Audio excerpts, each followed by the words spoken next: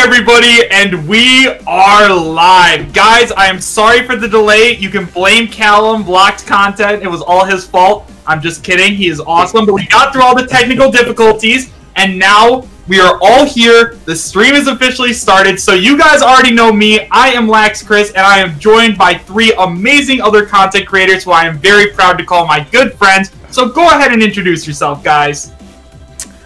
Well, my name is Marlon. You know who I am. Marlon MGN, Marlongamingnation, cover Smash, do a lot of reactions, cover a lot of Nintendo stuff, PlayStation, Xbox, so yeah. Hey guys, I'm PapaGenos, cover a lot of Smash speculation mostly, also Nintendo stuff and whatnot, so this is I think the second time we've gotten together here, so happy to do it again. Then... Hi guys, my name is Callum. I do blocked content, which is also a YouTube channel, Smash and that kind of stuff. Can you guys... Is my audio okay?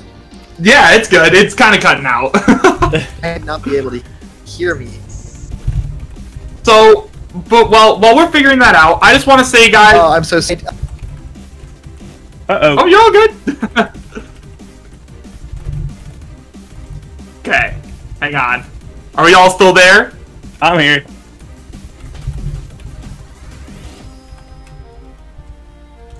Okay. This is why it was delayed for anyone out there wondering. Trying to get the audio working good. We're figuring this out, I promise.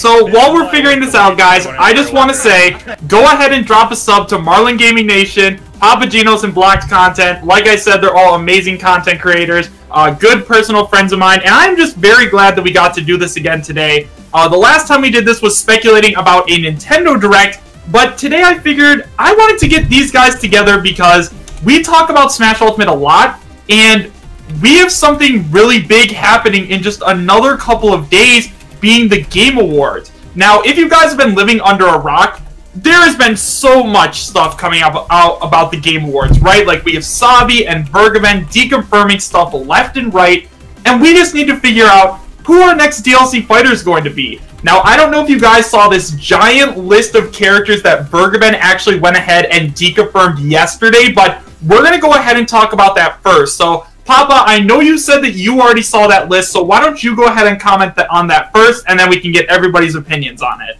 Sure, yeah, so, Bergaben, or Bergaben, however you say it, I say Bergaben. They put out this list, I think it was yesterday or the day before, and it was like a huge list of deconfirmations. It was like whole companies, like tons of them. It was like Sega, Capcom, this, that, the other thing. I think they said nothing from Nintendo, no upgraded Spirits or Sis trophies. It was like 10 things. And they were like encompassing things, like whole companies and stuff like that. And then, I think it was earlier today or late last night, they basically kind of backpedaled on it and only deconfirmed a couple things. So I honestly have no idea what's going on with that. I talked to Sabi all the time, so I understood Sabi's deconfirmation. I understood the process that was happening there. They have this one source that supposedly heard the 5th DLC character. That source doesn't want to tell Sabi who it is, but like whenever a character was getting kind of too popular in speculation, they were okay with being like, you know what, it's not that character, just to kind of soften people's expectations. But they didn't want to give it away. They're not, the person that Sabi's talking to isn't exactly like a leaker. They kind of want it to be a surprise, I feel like, still. So that, they didn't want to tell Sabi too much, who the character actually is. So that all made perfect sense to me, and I understood what was going on there. I know who Sabi's talking to. I know they're pretty credible. I don't know for sure if the character they heard is the 5th character, but I knew that what was going on with that. So the whole thing made sense. Then Bergaben started deconfirming stuff, and I don't know anything about Bergaben's sources. I don't know anything about Bergaben's whole process here. So this new thing where they deconfirmed like a ton of stuff and then backtracked on it, I got nothing. I find it all very strange, and I'm very wary of believing any of it now outright, to be honest. What are you thinking about that, Marlon? I haven't personally seen anything on it yet, but I don't know. I know Bergaben is like kind of, I don't know. He's okay as far as credibility is concerned. I mean, he's gotten a lot of things right before, so it's kind of like up in the air, man. Because there's so much like confusion going on here about who is confirmed, who is deconfirmed, and it's a lot more characters that are deconfirmed. And yeah, I don't know. It's kind of up in the air for me. No, I definitely agree with that. So I guess where I'm sitting right now is after taking a look at that giant list from Vergaben. So at least on my channel, whenever I go ahead and talk about Vergaben and Sabi, the general consensus is that Sabi is a more credible leaker, right? Like, lots of people believe Sabi more than they believe Vergaben because of Vergaben's statements about the Minecraft stuff possibly coming to Smash. Apparently he's backpedaled on a lot of stuff, so you know, whenever I talk about Sabi and Vergaben, I'm always like, I want to hear what Sabi has to say before I go ahead and make any decisions on what character is going to be next, right? Mm-hmm. Now, when I saw that giant list of characters from Vergaben yesterday, I was like, where is all this coming from? Like, how is he able to deconfirm all of these different fighters at once?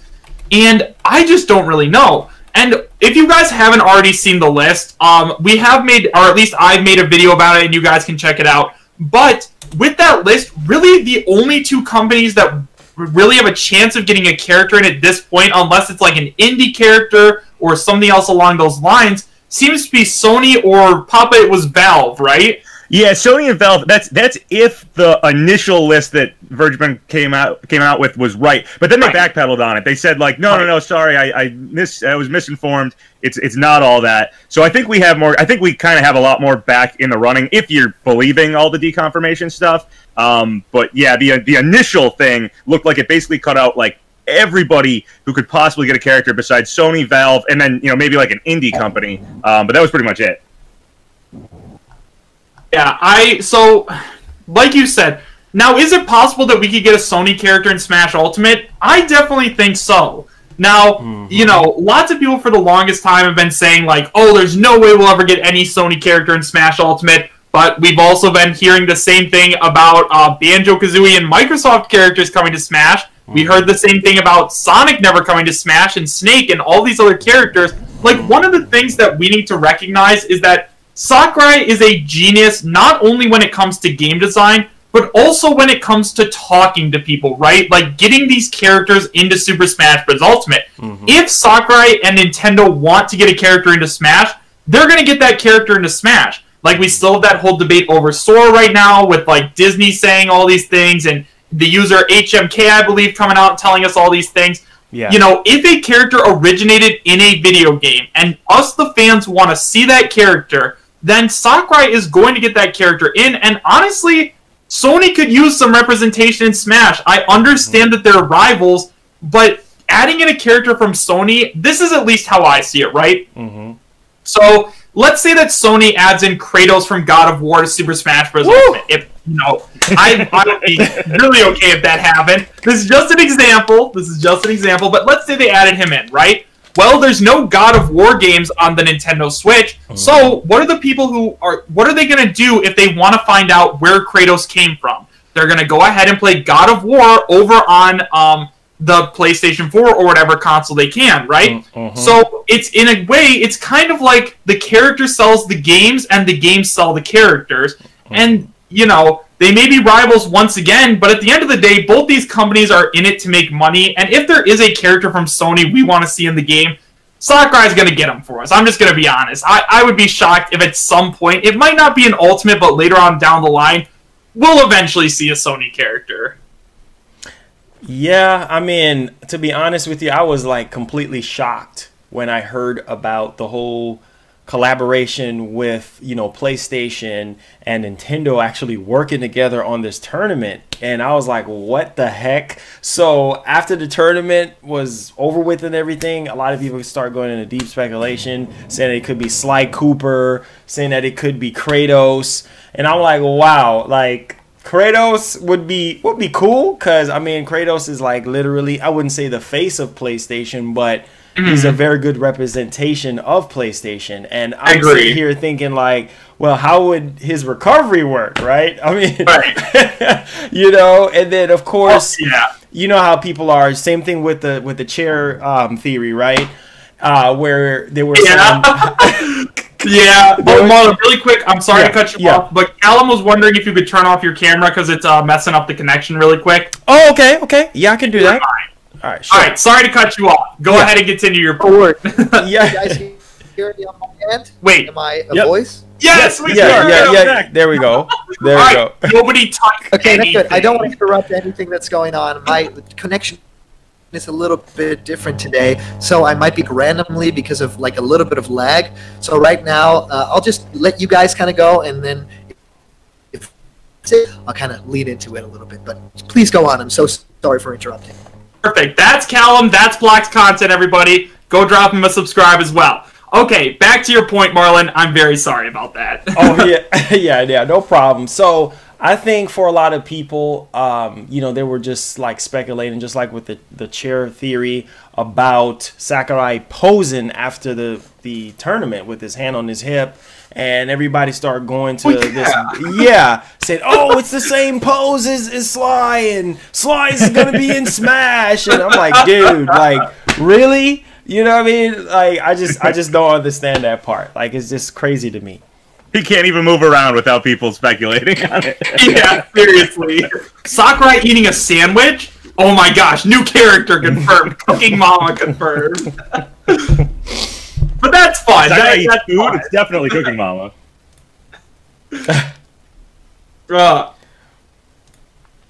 Yeah, I think, I wasn't really referring to Kratos specifically. I mean, I think it'd be cool. You know, God of War is apparently like this amazing game that I still need to play because, like, I don't have my PS4 yet, but I've heard nothing. Oh my god, What you're did you say? out. Have you played the old ones? No, I haven't. Oh, dude, you got to do that. Oh, now I have to. Now I gotta go get a PS4 after this. You're missing out. You are missing out. Yeah, I've heard. And you know what the thing is? This is exactly what I'm talking about, right? If Kratos did get added into Super Smash Bros. Ultimate and I really ended up liking his games, that would be an incentive for me to buy the PlayStation console, buy the games, and do everything else like that. And for those people who love the God of War games, that would be an incentive for them to play as the character in Super Smash Bros. Ultimate. See, that's what I'm saying. Doesn't sound too crazy now, does it? Yeah, it goes both ways. Whenever a character goes in Smash, it helps Nintendo out, and it helps if it's, again, a third-party character. It helps out that other company, too, because like you said, they go and play, everybody goes and plays those games. Dragon Quest got a huge bump in popularity after Hero got it. Oh my gosh, dude, I know. Yeah, like, not many people were playing Dragon Quest that I was seeing, and, like, now I've heard everybody has tried it out, so... Yeah. I mean, I know it's, like, super popular over in Japan, but, I mean, do you guys remember in Super Smash Bros. Melee... something that's brought up a lot is that Marth and Roy were originally not supposed to be in the US version of Super Smash Bros. Melee, right? Mm-hmm. But then there was like such a fan outcry to get these characters in the game that they ended up bringing them over, and then people fell in love with the Fire Emblem series, and now that's one of Nintendo's big name series that they love to make games for and everything else like that. So you really cannot underestimate the power adding a character into Smash will do for a company. It's really crazy, actually. Yeah, definitely Fire Emblem was the first one, I think, where Nintendo realized, wait a minute, we have this whole game series that we kind of have kept away from the West, and then we put it in Smash, and people started itching to, get Fire Emblem, figure out where these characters are actually from, and now the series sells over in the West, so I think that was definitely what broke the mold on figuring, that out, that you can advertise games through Super Smash Brothers, and now it's like the norm. It's such an amazing thing too. People talk all the time about how special a game like Super Smash Bros. Ultimate is, and they're not wrong. I mean, I have been wanting to play Banjo-Kazooie in Super Smash Bros. Ultimate for so long, and now that Banjo-Kazooie's in Smash again, there's rumors going around that we might get a new Banjo-Kazooie game. It's absolutely insane. The power that Super Smash Bros. Ultimate has over developers and fans alike. Mm-hmm. Oh, yeah, I love talking about it. It's insane. It's amazing, man. It is really amazing. I mean, just come on. You guys remember when Sakurai pretty much tweeted about Xbox, and it was the #1 thing trending in Japan. So I mean, people can't stress the power of Nintendo and the power of Smash, and that's why I'll be really upset if at the Game Awards, if Smash does not get game of the year. I'm not saying it because I'm a huge Smash fan and I love Smash and everything, but I felt like it's just well deserved. You know, it's the best fighting game hands down. You know what I mean? When it comes to story, when it comes to gameplay, when it comes to characters, you know, when it comes to music, just overall, I just think it's the total package. And I mean, you have Street Fighter, you got Mortal Kombat, you got Marvel vs. Capcom, you have all these different fighting games and everything, but I feel like Smash is just very special because it brings everything together. It brings everyone together. Just like video games bringing all of us together, right? It's the same thing with Smash, just bringing all these popular characters from all these different companies in one universe. So, right. Yeah. So I guess the kind of next thing that I wanted to go ahead and talk about is who do you guys want to see? Now, one of the things that, like, so there is Sabi has been saying some pretty weird stuff, and we might not get a character reveal at the Game Awards. Now, I'm hoping we do, but at least from where I'm standing, some of the stuff that they've been saying has been a little bit suspicious. But in terms of the next DLC fighter, like, with all of the information that we know right now, who do you guys want to see? I mean, personally, at this point, I was really pushing for Sora. I'm really upset that Sora did end up getting deconfirmed. It's really, I want Sora in Smash so bad because I'm such a huge Kingdom Hearts fan. Sora's on the, like, deconfirmation list for Sabi, but that, like, I mean, it's still possible. Like, you know, he's deconfirmed. It could be wrong. But not. Don't lie to me. Don't give me hope. There's no leak or anything behind that statement. I'm just saying, like, I know. Oh. Dude, yeah, everyone's gonna be like, "Oh my gosh, PapaGenos talks to Sabi just said Sora's not deconfirmed." No. Sabi has said no Sora. I'm just saying, you know, they're not infallible. It could, you know, they could be wrong. Which is very disappointing. But at this point, I mean, I'm waiting for Sabi to come out. Sora might be deconfirmed. It might still be Mickey Mouse that's up in the running, right? Mickey Mouse joins the battle. No, but I think that at this point, the character I'm pushing for, and that I actually think is a chance, if what Vergaben said is wrong, which, until Sabi says it, I'm not really going to believe it, I actually think that Steve would be a really cool character to get in Smash. So Minecraft content finally actually get through? There's Vergaben Minecraft content. Yeah. You know, this whole theory about Steve and Smash is just giving me a headache because I'm like, oh my god, no. Also, guys, I hate to say it, but Callum is having some internet issues and he's going to be signing off. So I sincerely apologize for that. But so it's going to be me, PapaGenos, and Marlon for a little while. Well, he's still going to be in the chat. It looks like he said he'll be here for his thoughts and we can read them to you, but he will not be talking. So. Yeah, but I definitely want to see Steven Smash. I think that he'd be a great character. Sakurai said before that he loves Minecraft a lot, so yeah. Who knows? It's definitely possible. I know. That is true. That is definitely true, you know? And at the same time, it's like this. But my whole theory is there's so many characters that we can choose from, you know what I mean, that could fit the bill for fighter number 5. But at the same time, it's kind of like, I think a lot of people will be salty if, you know, a certain character get in and it's like, wait, you could have put this character instead of this character, you know, but we got another fighter pass. So it's kind of like we're just going to have to just be patient and kind of wait and see. But at this point, man, for me, I would love for Crash to make it in. Yes. Yes. You know, that's the character I really and truly want, but absolutely, I don't know, man. And then we're hearing this stuff about Master Chief. I don't, Chief. Can you hear me? Oh yeah, that leaked audio that came out. Oh my god. Yeah, I remember Sabi was like, "Yeah, no." Man, it sounded, boy. It sounded so real. At first, I was like, "Wait a minute, that sounded like the voice, the voice actress or whatnot." So cool too. Yeah, it sounded so cool, man.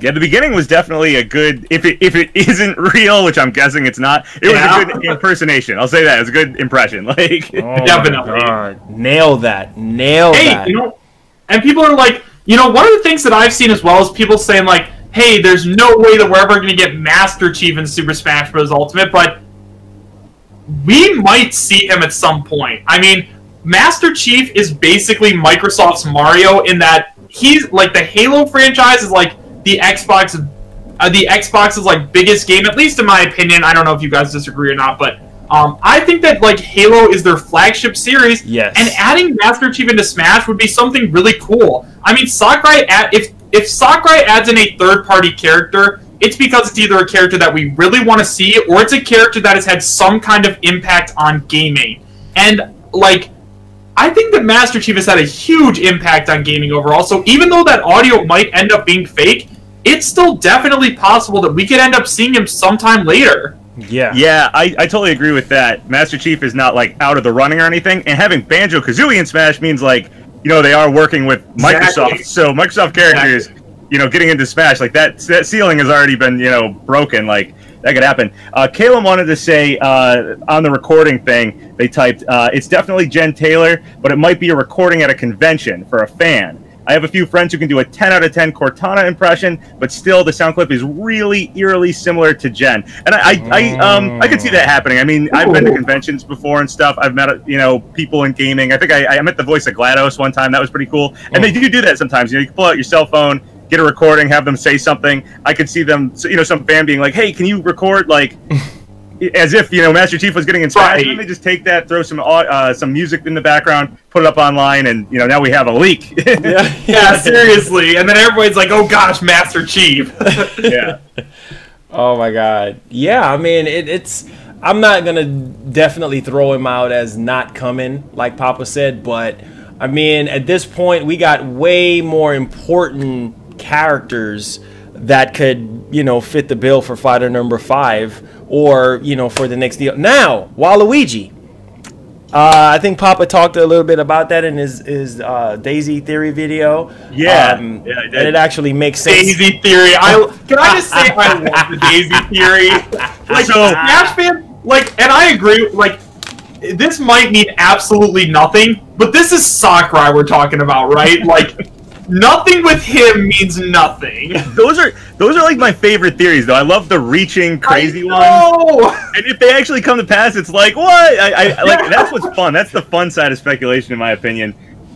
So yeah. Also, I just want to give a quick shout out to Push Dustin of Source Gaming because the name Daisy Theory, he put that up on Twitter as like a joke, and I responded like, yeah, I think I am gonna make that video. And I just went right ahead and did it. So he's the one who actually named that video. Oh, wow. Oh my god, so funny. But yeah, anyways, so we continue about Waluigi. I want to hear about this, because I think he has a chance too. Oh my god. I mean, I think if Waluigi gets revealed, man, people are going to lose their crap, you know, because it's like, wait a minute, this character has been really on the hot plate for a very long time. I think since Smash Ridley 4. at this point. He's Ridley. Yeah, basically. And so, you know, I mean, Sakurai has pretty much shown us, like, look, anything is possible, okay? We got Ridley in the freaking game when everybody's been saying, oh, he's too big to be in Smash, and then automatically he's right here. So I'm really hype at this point, you know, for whatever character, because I just take what Sakurai says as far as his wording, saying that, hey, look, this is a character that nobody knows about. This is an unannounced character. And I'm just like, wow, well, who could it be? So I'm busting my brain. I'm trying to think. I'm like, who could this character be? Because, I mean, I think Lloyd got deconfirmed, right? Yeah, Bobby deconfirmed Lloyd. Yeah. I'm a big Tails Up fan, too. I was hopeful for Lloyd. Seemed like he had a good shot, but oh well. Yeah, he was giving me real hero vibes with, like, getting him in Smash, because Tails Up's super popular in Japan, and Lloyd is, like, one of their most requested characters, so I'm kind of surprised that, you know, he was deconfirmed so quick. Yeah, I mean, that within itself was just like, wait, what? I was hoping, but another part of me was saying Geno, because, you know... Yes. A lot of parts of me are always saying Geno.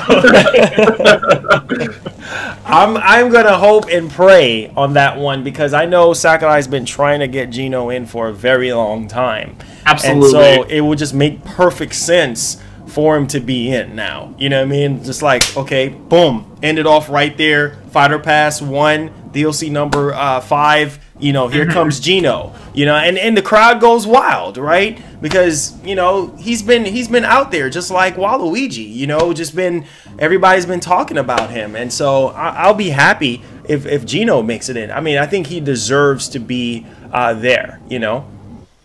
Yeah, I mean, I totally agree. Obviously, it's my most wanted character. So if I had to pick a character for number 5, obviously Geno would be my most wanted here. Also, Colin was saying earlier about the Daisy theory thing over in our. We have a chat going, so I'm just going to read some stuff that he says now and again. It was basically saying that they don't think it's totally random that Daisy's on there because it is just kind of odd. We have all the DLC characters, but then Daisy. So Colin thinks it's definitely a hint at something, and also threw out that it might just be because she was the first character announced. I mean, it was Inkling, but she was the first at E3, so maybe that's why she's there. But there's got to be purpose to it. It can't just be nothing. And Calum also said that thinks Geno should be a bonus character, which I agree. I actually don't think Geno will probably be DLC 5, but I could definitely see the right after the pass or as a bonus for buying the next pass or something. I could see Geno falling in some sort of bonus character spot, or just being in the next wave of characters. That's possible too, but the bonus spot always felt like a good place for Geno.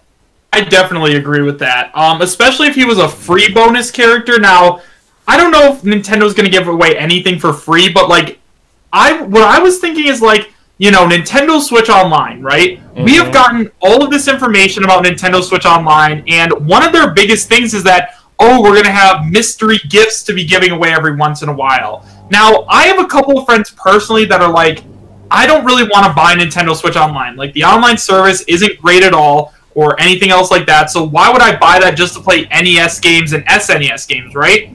Well, I mean, one of the best ways to incentivize people to buy Nintendo Switch Online would be to put a new character in. If you get Nintendo Switch Online, you get Geno as a free character, no questions asked. Because then, and that's the only way you can get Geno is if you have Nintendo Switch Online. Now, I hope they don't do something like that, because I think that would be a little scummy. You have to pay $20 to get one character. But I could see them doing something like that as an incentive to buy NSO. Well, one thing they could do is they could do, if you have Nintendo Switch Online, you get Geno as a bonus. But if you want to buy Geno, he's $4.99 like the other characters. Actually, that's good as well. It comes with it. So it's not. It's a little less scummy if they did it that way. Definitely. Yeah. Wow. Yeah. No, but going back to the Daisy theory really quick. So I actually watched your video about it, Papa, because I was really curious about it. And so we were talking about Arlie Naja. I almost pronounced your name right. And the other possibilities. I think it's Arl. Oral. Yeah, I don't know. I've never played Puyo before. I'm terrible at pronouncing things, so. No, it's okay. But we were talking about either the possibility of Mario and Daisy being a hint towards Rex and Pyra. Now, personally, like you said, I don't think that's very likely to happen. I do think that Rex and Pyra might be represented eventually. The only issue is, as a bonus for buying the Fighter's Pass, you got a free Rex Mii costume, right? So why would they give you a free Mii costume and then him as a downloadable fighter? It just doesn't make a ton of sense to me, but I can definitely see where the idea came from to be Rex and Pyra. Yeah, I totally agree with that. It feels weird if that was the bonus for the pass, and by the way, he's also going to be in the pass. That just doesn't fit. Again, further DLC, yeah, totally. The fact that Sakurai even decided to give the Mii costume is sorry, I wanted to do this character. Yeah. Might mean the character's coming at some point, but I don't think it's going to happen in the pass. Yeah. I mean, speaking of Mii costumes, where's the Geno Mii costume? Oh! Where is it? I think Geno Mii costume, give us the character. Where is it? Hey, it could happen at the Game Awards. He could. Oh my, Marlon, stop! You know how that would be if they were hey guys, here's a new character. Oh, and also, that character Geno you all really want in Smash? Here's his Mii costume back. Oh my gosh. I will say, just for the record, I'm a huge Geno fan. I actually would not mind the Geno Mii costume back. I got Banjo-Kazooie, so I'm totally satisfied with this game. I got one of my most wanted characters. So the Geno Mii costume, I want at least that back though, because I could play him in Smash 4, but nobody plays Smash 4 anymore. So like at least let me play as Gunner as Geno here, or do like an upgrade, like the Sans Mii costume was like really awesome looking. Like just like do that. Like that. Oh sweet. Yeah, I think that would be dope. Yeah. People complain More playable about character. That's the best. you know, like you were saying, lots of people like. People don't. I understand why people don't like Mii costumes, right? They don't like them because, oh, that means my favorite character isn't going to be joining Super Smash Bros. Ultimate. But at the same time, yeah, they don't have their own unique moveset, but at least they're represented in some way. Like, it's cool to me that we have Sans in Super Smash Bros. Ultimate, and even though he's not his own character, I mean, personally, I don't think he really could be, just because, like, he dies in one hit, so, like, how would they work that in? But the fact that he's in Smash with Megalovania is something that's really special. So even if your favorite character does get in, it stinks. You know what I mean? Yeah, I think like Mii costumes they're weird. Some of them, it kind of matters the character too. Like some characters, the Mii costume kind of fits for that character. Like it kind of looks like the character just because of the body type and everything. Other ones, like it's like, nah, it doesn't really fit for the character very well. So it's always a case-by-case basis. One thing I did want to make just a comment on, we were talking about Arl before, and you were talking about the Nintendo Switch Online. There's this really weird thing that I can't shake out of my mind, is that on the Switch Online Super NES games, in the Western version, like the English version, it's all like English games and then like English translated games, and then there's one Japanese game on the Switch Online Super NES collection, and it's Puyo Puyo, and that game was Kirby's Avalanche in the West. So like, oh wow, why did they give us one Japanese game? It's so weird. It sticks out so strange to me. And then they have the Daisy Theory thing really kind of point to Arl. I don't know. I'm not locking in on any character, and I think Vergiben actually said it's not Arl, but I don't know how much I believe Vergiben's deconfirmation at this point. But like, I don't know. I can't shake that character out of my mind, and that weird situation with that game being on the Switch Online in Japanese. It's just it's such a strange thing to do. I'm going to be completely honest. I don't really know that much about Arl, so like, I don't really have a comment on her. Now, is this game like really popular over in Japan? Is it popular over here? Why would she be a good character for Smash? Have you played Robotnik's Mean Bean Machine? Yeah. That's Puyo Puyo. That's what Puyo Puyo is. They've always kind of masked it as other things here.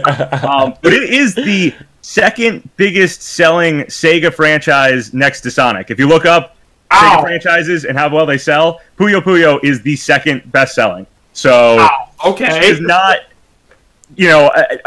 as out there of a choice as she kind of feels maybe to Western audiences. She's pretty popular in Japan, and that game in particular, especially if you take the like Kirby's Avalanche and Robotnik Mean Bean Machine and accept that they're actually her games, she makes a little more sense. I love Robotnik Mean Bean Machine so much. Yeah. Oh, hey. Oh, there you go. There you go. He's back. It is such a good game. Like one of my favorite things of all time. And it's the weirdest thing where it's like literally Mean Bean Machine. Like what do you imagine when you hear that name is like exactly what the game is. Like it's Dr. Eggman and Mean Beans, and it's a machine as well. But yeah, that is what introduced Puyo Puyo to a lot of people. And what I really like about that idea is that now, of course, people have the game on Switch, and it has many great characters and this great multiplayer mode with Tetris and stuff like that. But still, people's first idea of that thing was in a Sega game, in a Sonic game, right? So to see a little bit of crossover when, inevitably they'll come to Smash, I hope they'll pose with Sonic or something. And by the way, hi guys, what's going on? This man, hey man, shares love about Robotnik's Mean Bean Machine. Just love it. It just ignited my microphone, I think. Oh wow, you sound so much better, dude. Yeah, we can actually hear you. Yeah, I changed something that didn't include my very expensive microphone, and now I'm just talking into my laptop. Okay, hey, it doesn't sound bad. It doesn't sound bad. That's good to hear. So yeah, I really agree with you guys. This whole Daisy theory is both super interesting and also a little bit eerie. A very clear hint, I think. Daisy in there, just for fun. I mean, yeah, we've all speculated because she is one of the first characters revealed. EG trailer, technically Inkling was the first one, but there's of course no gameplay. And then with that Everyone Is Here thing, I believe they were like, oh, by the way, there's a new challenger, and it was just like a soft reveal of Daisy. So that could be the thing. That doesn't seem like a very Sakurai thing to do, because I think that there's other characters that you could have, Inkling would be like the poster girl for Smash, more like that, I think. Yeah, she's clearly the odd person out on that image, and it's just really strange. Why would you do an image of all the DLC and Daisy?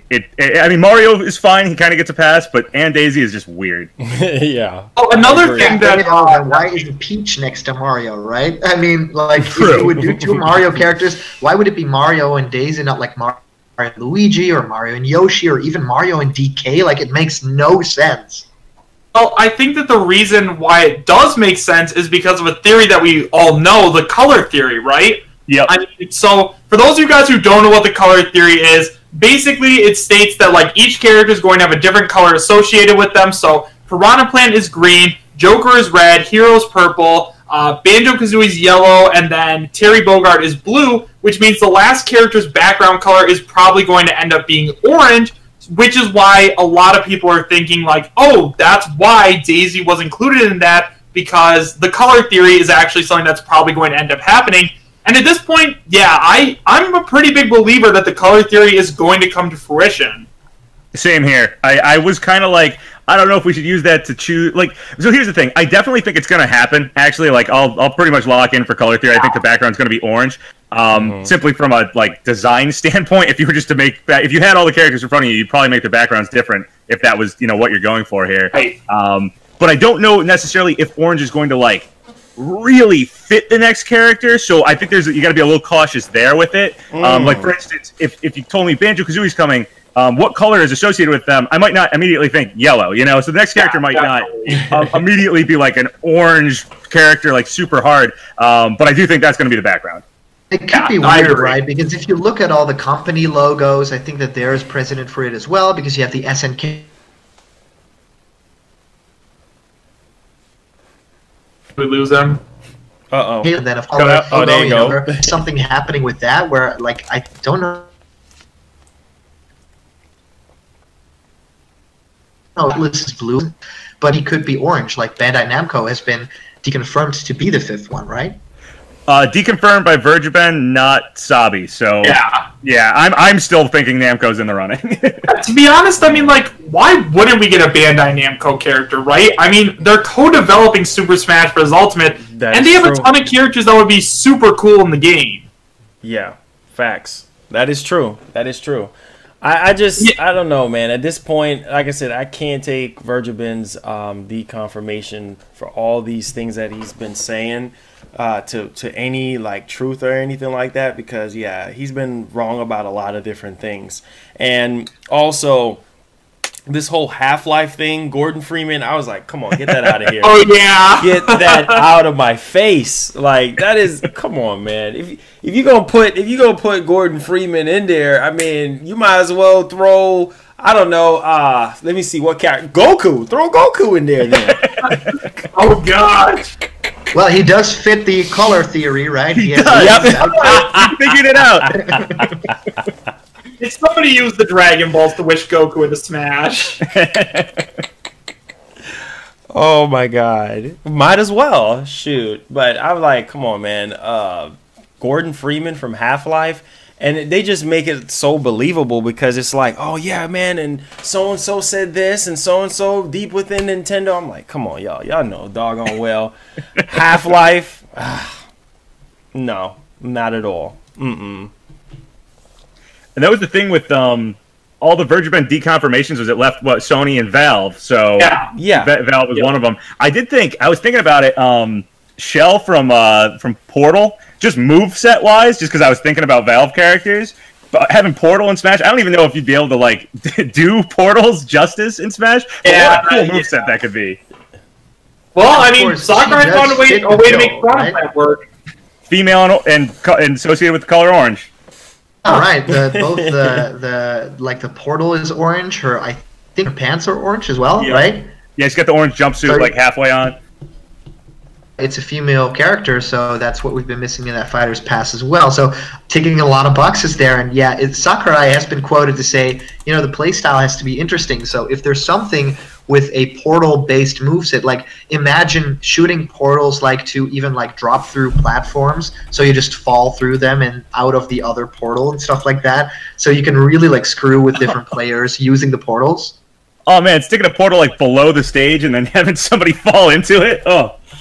Yeah, that would be fun. Really that would be so dope. Also, having those little turrets as well, you know, those little turrets that shoot laser beams and stuff like that, you can really make something special. And of course, the final smash will be GLaDOS, right? You can really do like a huge big laser beam or something like that, or the cake is a lie or something, where the characters are just dropped into the abyss or something like that. Yeah, the portal stage, if they did one, would be like crazy too. You could do a ton of portals. You have GLaDOS in the background like taunting you as you're like fighting. Like it could be pretty sweet. Oh, one of the things, I do apologize, but one of the things I was just thinking about, somebody mentioned it in the comments, is it possible that we could end up getting a character from Game Freak? Like, as we all know, like, Town is coming up really soon, and they just released Pokemon Sword and Shield, and honestly, like, yes, I understand that Pokemon is like a Nintendo game, but it's developed by Game Freak, so is that like a different realm of possibility? And could we end up seeing the protagonist of Town to try to promote that game? Or could we maybe even see a new Gen 8 Pokemon, like one of the new starters? Didn't Toby Fox do like music for Town and the new Pokemon? And he is also like, he talked to Sakurai. It's like how we have Sans and stuff, right? So there's a little bit of a connection there. About. Oh yeah, I think it was already released, right? Is it out? I haven't played it. If it is, I think I've seen a lot of reviews. I've heard a lot of reviews for that game, and a lot of people were panning the game and saying, "Yeah, entirety of the campaign and stuff like that." So I think it's either already out or they had really early review copies or something. I think you're right. Actually, now that you say that, I think I remember people commenting on it. It came out on October 16th. I'm actually kind of surprised. Because I heard nothing about that game. It's horrible, supposedly. Yeah, I heard it was bad. That's what I heard too. So that's probably why I didn't even realize it was out. Game is that lots of people have been talking about. Astral Chain. Yeah. Someone doesn't like it. Yeah, I mean, no, not in the sense I don't like it. I feel like an Astral Chain character, it's not highly requested enough, but I can kind of see why Nintendo would do that, because Astral Chain did phenomenal for Nintendo as far as sales and critically acclaimed and reviews and such. And so I think that would just be a good fit as well, but I just don't think Sakurai would kind of put an Astral Chain character there. But I mean, again, it could happen.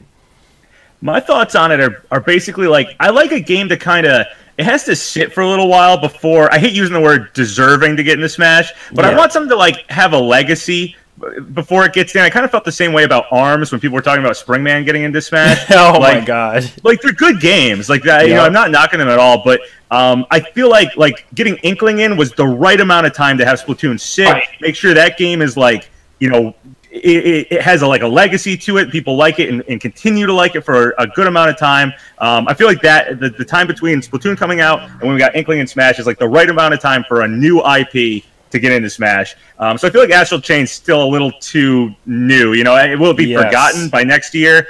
You know, I don't know. It's good. It got good reviews and everything. But does it have a future? You know, are they gonna make sequels and stuff? Like, you know, I kind of want a game to sit a little bit longer. Before I think it should be kind of, you know, again, I hate using the word deserving, before it kind of deserves to get in this match. That's just my own thoughts on it, though. And you know what? I agree with that. I honestly think that, like, adding Springman in, like, right around the time that everyone was speculating about the base roster probably wouldn't have been the greatest move, because, let's be honest, ARMS is pretty much dead at this point, right? Are they going to make a sequel? Like, if they don't make a sequel, then it's probably best to just have them be an assist trophy. Like... Yeah, exactly. Yeah. Now, an assist trophy is fine, right? But I think that if Nintendo does adding characters that early, like right when a game comes out, the only reason they want to do that is because they want to make sure a game performs well. Because once again, we have a case of the character sells the game and the game sells the character in Smash. So that's the only reason I could understand Nintendo doing something like that. But at the same time, Papa, I 100% agree with you. I think a game needs to sit for a little while because you're right. It's not like Sakurai is just adding in random characters. I mean, I guess besides Piranha Plant. But yeah, I think that, to get into Smash, like Sakurai said, it's important that they're fun, and it's not as important that they're recognizable. However, I think that it's important that they're both. True. The character should be fun, and it should also be a character that gets people excited. Like, if we do get a reveal at the Game Awards, and it's some character that nobody's ever heard of before, and it's our last DLC fighter on the first Fighters Pass, why would anyone buy the next one? That's at least that's kind of where I'm standing. I feel like that is a really good point, and it's something that I've talked about on my channel a bit, and it's strange that we don't really think about it, but technically we all did sort of buy a loot box, right? When we first bought that first Fighters Pass, without knowing all the characters that are in there. Simply, it's basically buying a loot box in terms of not knowing. You know that the quality will be there. Basically the artistry will be in there. It's Sakurai, so you know.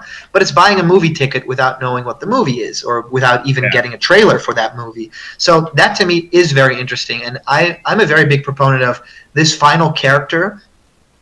Even though I completely love everything that has happened in the Fighters Pass, even characters that I didn't really know that much about before they were characters, they've handled it so well. But this final character has to be the biggest character. It can't just be a JRPG character that's big in the East. It can't just be a Western character that's only big over here. It has to be something that really, like you said, sell the Fighters Pass in its entirety, because then all the characters are revealed. I think a lot of people will then decide to buy the Fighters Pass. A lot of people have been waiting until it is complete, because of course you need to earn that money. You need to earn for people to spend their money on it.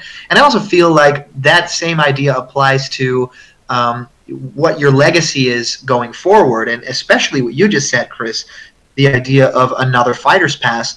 If they do it in the same sort of way, why would I spend money on something when there's going to be one character in there that I want, and I can just buy that character separately for a lot less money?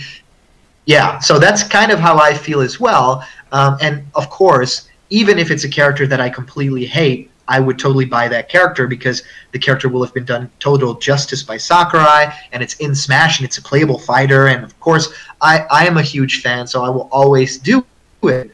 But in terms of the general audience, or even general Smash audience that isn't into the game every single day of their lives, it is a very big deal to make people's money worth something. So yeah, they need to keep in mind that it isn't just Sakurai's darlings or something like that. You can't just keep coasting on things that you have a bias towards, or things that might or could be cool. If you do something like a huge Fighters Pass, then at some point you will need to do the thing that you did initially with the game, which is to get mass appeal, right? To get everyone invested, because there's a little bit for everyone in there. And right now, in all honesty, there's not a little bit for everyone in there. I feel like if you look at especially characters like Banjo, I mean, that's a fan favorite, but a very specific fan favorite of people who grew up with him. A lot of our viewers for our YouTube channels are younger generations that didn't grow up with Banjo and Kazooie on the Nintendo 64, so they don't know that character. And even though it's my favorite Smash character right now,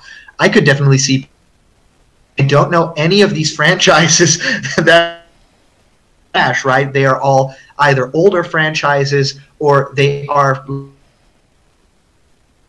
Switch or something like that. So in that sense, I think either a big icon, like a big iconic character, like a Lara Croft or something like that, that literally the entire planet knows, or a character that is either a very third-party heavy, like a character that everyone will kind of recognize, or a character that is first party, so breaking that rule. And I think that it's going to be really difficult to meet that demand. I don't know about that.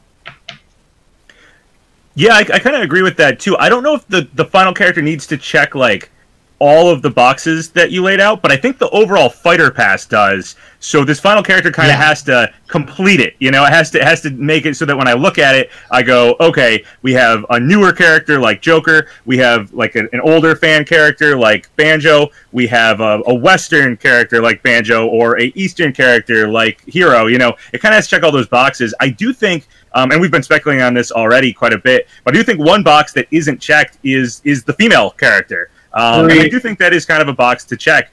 Even when they were doing the Smash ballot, they basically said, like, what character do you want? Why do you want the character? And the one other question they asked was whether or not you're male or female, which means that they were actually taking that data of who, you know, girls might want in Smash. So I do think getting a female character to appeal to a female audience is something they did actually look at. And that's the one thing we kind of don't have in this past besides Kazooie.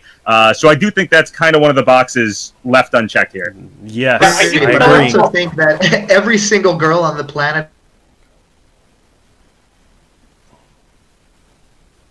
check the box. I guess another thing that I'll say really quick is that I think another box that we're missing is the villain box, right? Yes. Like, we have, like, what, Bowser, Ganondorf, Ridley, or who are the other villains? I can't even think of them now. Right? We have a severe lack of villains in Super Smash Bros. Ultimate, and I think they need more representation too, because there are some really cool villains out there. So one character I saw speculated quite a bit was Nightmare from Soul Calibur. Oh, yes. Yeah, he'd be so dope. I love Soul Calibur, and he like fits as he's both the main character kind of that series and a villain character. So he fits that like perfectly, because there's not many game series that you can be like, we're gonna take a character from that game, but we're gonna take the villain and not the main character. Like, but you could do it with Soul Calibur. I think that also that's a Bandai Namco character, right? So yes. So it's that for the Fighters Pass color read.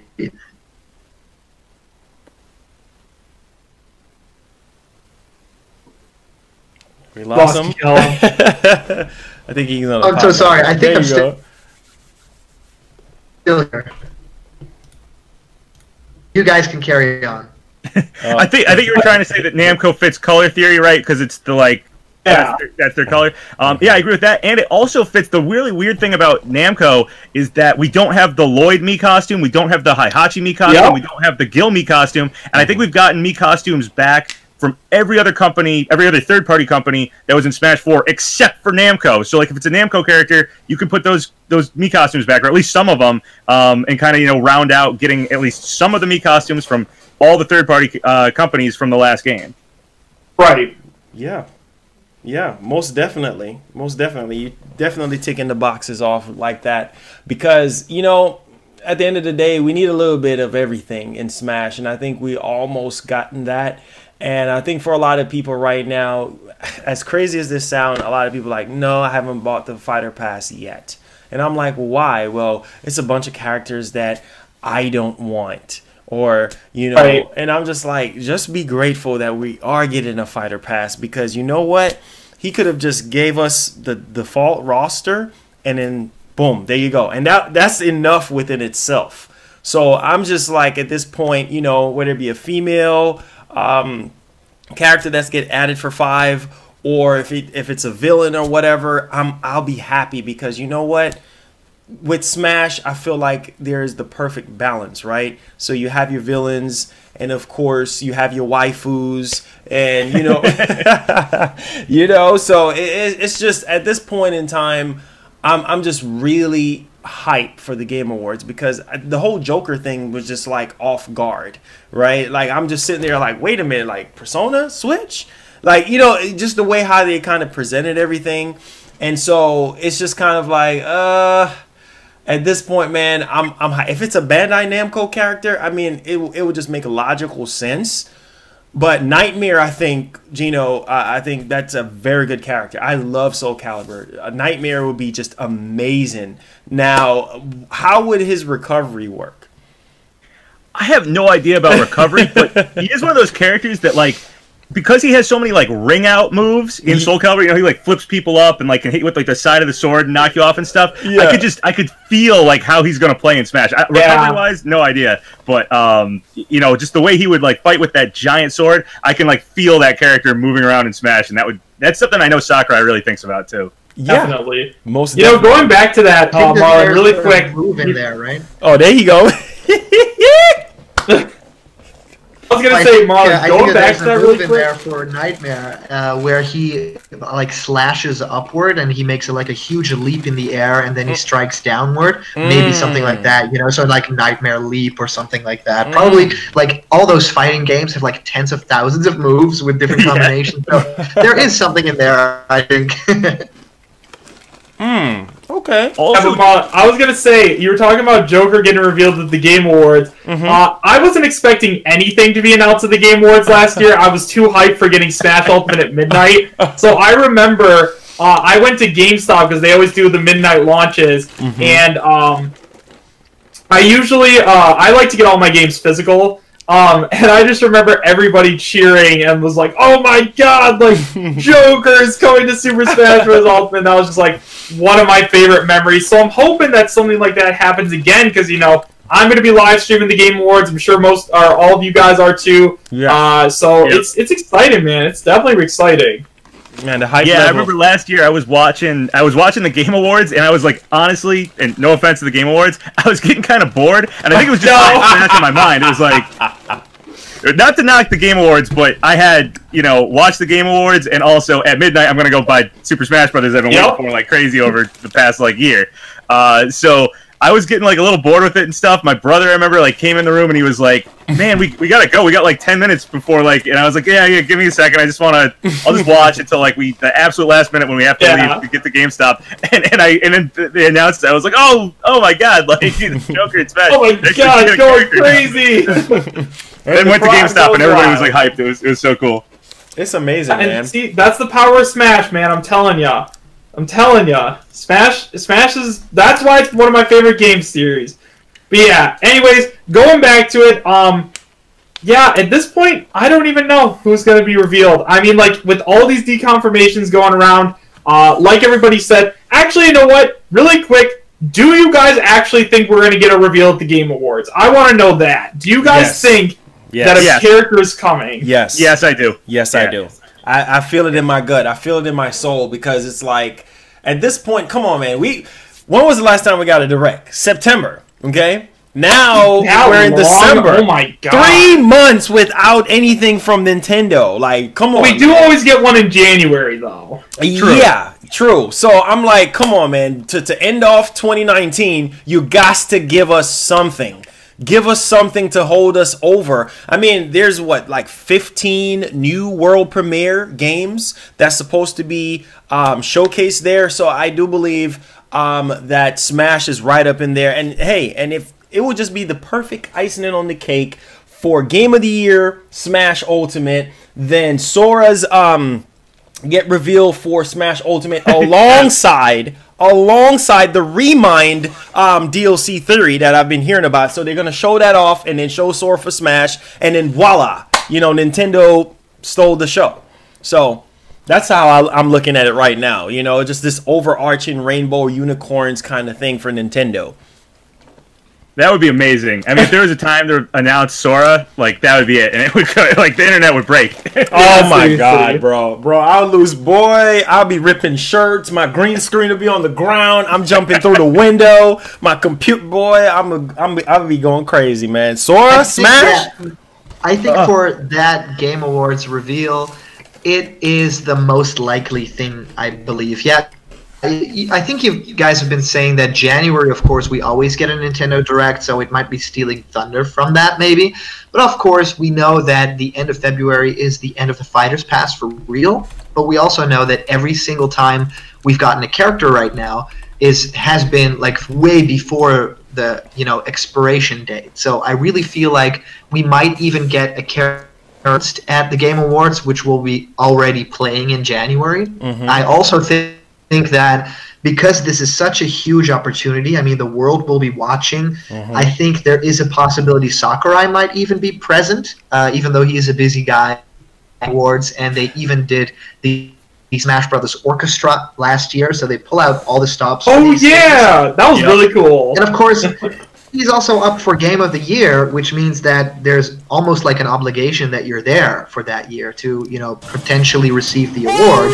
Yes. But of course, also Nintendo of America could be doing it. But yeah, it's so Sakurai, So I think my prediction would be that we do actually get a new character announced, the 5th character in the Fighter's Pass, but we also get a tease of what's coming next, and whether that be another character or a character in Shadows, or the idea that we're getting 3 more, or the amount, something like that. I believe there's 2 Smash things that they're going to drop, because not only do we have the benefit of Smash actually, having had this great announcement for Joker that broke the internet last year, but we also have Smash Brothers represented as the Game of the Year nominee, which is a huge deal. And if they don't grab that opportunity right now, that'd be super horrible marketing on their part. And I think that they know a lot better than that. So I think they have something big planned. I also don't want to overhype myself for these things, because I could be watching throughout the entirety of the Game Awards, which sometimes can be, PapaGenos, they can be a little bit of a drag, especially when it comes down to the Hideo Kojima, blessing and stuff. Every single announcement is like a Hideo Kojima thing, or is like, and he's such an amazing genius. And although I do like the guy, he's like been nominated for every single award. I believe that this is their time, and if they don't grab this opportunity now, they might never get that same chance again. I mean, being Game of the Year, you can't be that next year, right? This is the time. Yeah, and I'm gonna say this too, because it will break my heart, honestly, if Smash doesn't win Game of the Year or win something, because we know why it didn't got into the Game Awards last year, because hey, it happened before the Game Awards, and that's cool and all, but Death Stranding is not for everybody, and I think Sakurai, being good friends with Hideo Kojima, kind of stated that. But here's another theory, right? That everybody's been saying, "Oh my God, Marlon, what if it's Norman Reedus, bro? I dare Sakurai to put Norman Reedus as the 5th and final DLC character, because you know what? Hey, if the overarching thing is right, this character we don't even know of, right? It's a character that we least expect to be in Smash. So everybody's like, what? I mean, Sakurai is very good friends, with Hideo Kojima. So could it be Norman? No, please no. No. Yeah, I'm doubtful we get Death Stranding in the game. For one, it's too new. It's kind of like the Astral Chain thing. I just think it's too new. And then I don't know, an actual human being like you're saying, Norman Reedus. I don't think Nintendo would want to do that. I mean, if Norman Reedus in like a year or two has some say some PR nightmare happens with him. He's a real person. He's existing in the world. Anything can happen with that person. Yeah. If that happens, all of a sudden that's like now attached to Smash. They would never let that happen. That is true. That is true. Not saying that Norman Reedus is like a controversial person, right? But you never know. 5 years from now, what he's gonna do or what happens. So that is true, because then that would just bug down on the legacy of Smash and make people feel like, oh, okay, well, you got this character in there and he did this, and I see what you're saying. It makes perfect sense. So I think Nintendo is going to play this one safe, and the whole theory with Sakurai being there, I think, it would just make perfect sense for him to be there. It'd just be so legendary for, Jeff Keighley to bring him up on stage and be like, but then I feel like they're going to be a little bit discreet with it, because if Sakurai comes up on stage, I mean, it could go 2 ways, right? It could be for an award, or it could be 5th and final DLC character reveal. And I think that would just be the dead giveaway right there. But just as you expect, Reggie is going to be there. So I'm just hyped, man. I'm like a little schoolgirl right now. I'm just like, oh my God, Reggie's going to be there. So it's just, come on, man. You already got one legend, so Sakurai needs to be there. And I know he's a very busy man, and he's always working, and who knows, he's probably already started to work on Fighter Pass number 2, So I do believe he's going to be there. I think it's just fitting for that to happen. Was there confirmation Reggie's going to be there? Yeah, he did say that he's going to be there, and if you want to take pictures with him, make sure you go ahead and buy your tickets and stuff. It was all over his Twitter and stuff. I think he tweeted about this earlier in the year because he was kind of absent from like E3. I mean, I don't know if he was at E3, but he didn't like do anything. And I was hoping he'd maybe be in like the Nintendo Direct at E3 or something, kind of as like a bowing out. But man, okay, so I'm gonna throw this out there. This gets thrown out all the time, but yeah. All right, we do not have a Porky spirit in Smash. It's a really strange. I know. It's a strange omission. Okay, to not have Porky. He was not only is he major in the Mother series in both Ness and Lucas's games, but he was a boss in Super Smash Bros. Itself, and he's the only boss character. Yes.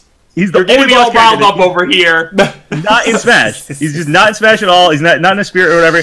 And it's so weird. And if you have Reggie at the Game Awards, what if they announced like Mother Collection, Mother 3 in the West or something like that, and Porky is the final character? That's a villain character. First part Nintendo. And it would just be like the time for Reggie to just cast that whole Mother 3 thing aside and then bow out. That is true. And you know what, to piggyback off of you, Genos, I feel like, to be honest, people has been hounding Reggie about Mother 3 or just about a new Mother game, and I feel like at this point he's like, I don't know, because a lot of people are like, oh, what if Reggie comes up on stage one last time and announce something, right? Like, maybe a Mother coming over or, something new from Nintendo. I mean, it would just be legendary, man. And I feel like with him being there, being that he wasn't at E3, man, the perfect opportunity to come bearing gifts, like come be our Santa, Reggie, and give us something. Dip in the bag and give us something. Who knows? He might reveal the fighter number 5. Maybe they might switch things up. Right? He gets up on stage and he starts talking, and Jeff asks him a couple of questions here and there, and then poof, fighter number 5. What's I think cool about this whole thing is that actually I just found the article that says that Reggie is coming to Game Awards, and it was pretty funny because I actually followed this when it was announced. Jeff Keighley, who runs the Game Awards and stuff like that, he put out a message about, I've been working on the Game Awards, I'm super excited to announce it to everybody, and then Reggie retweeted it and said, can I come this year? Simple tweet, and then Jeff Keighley actually sent something very similar, and he said, you won't need to. You do have perfect attendance so far. So is this public display of a tease, or is this just in the moment something happening? Because yes, Jeff guy cool, even part of the thing anymore, especially when he brought all the major gaming company bosses together on stage. Big deal, but also the fact that he keeps including things from the past or things that might not relevant host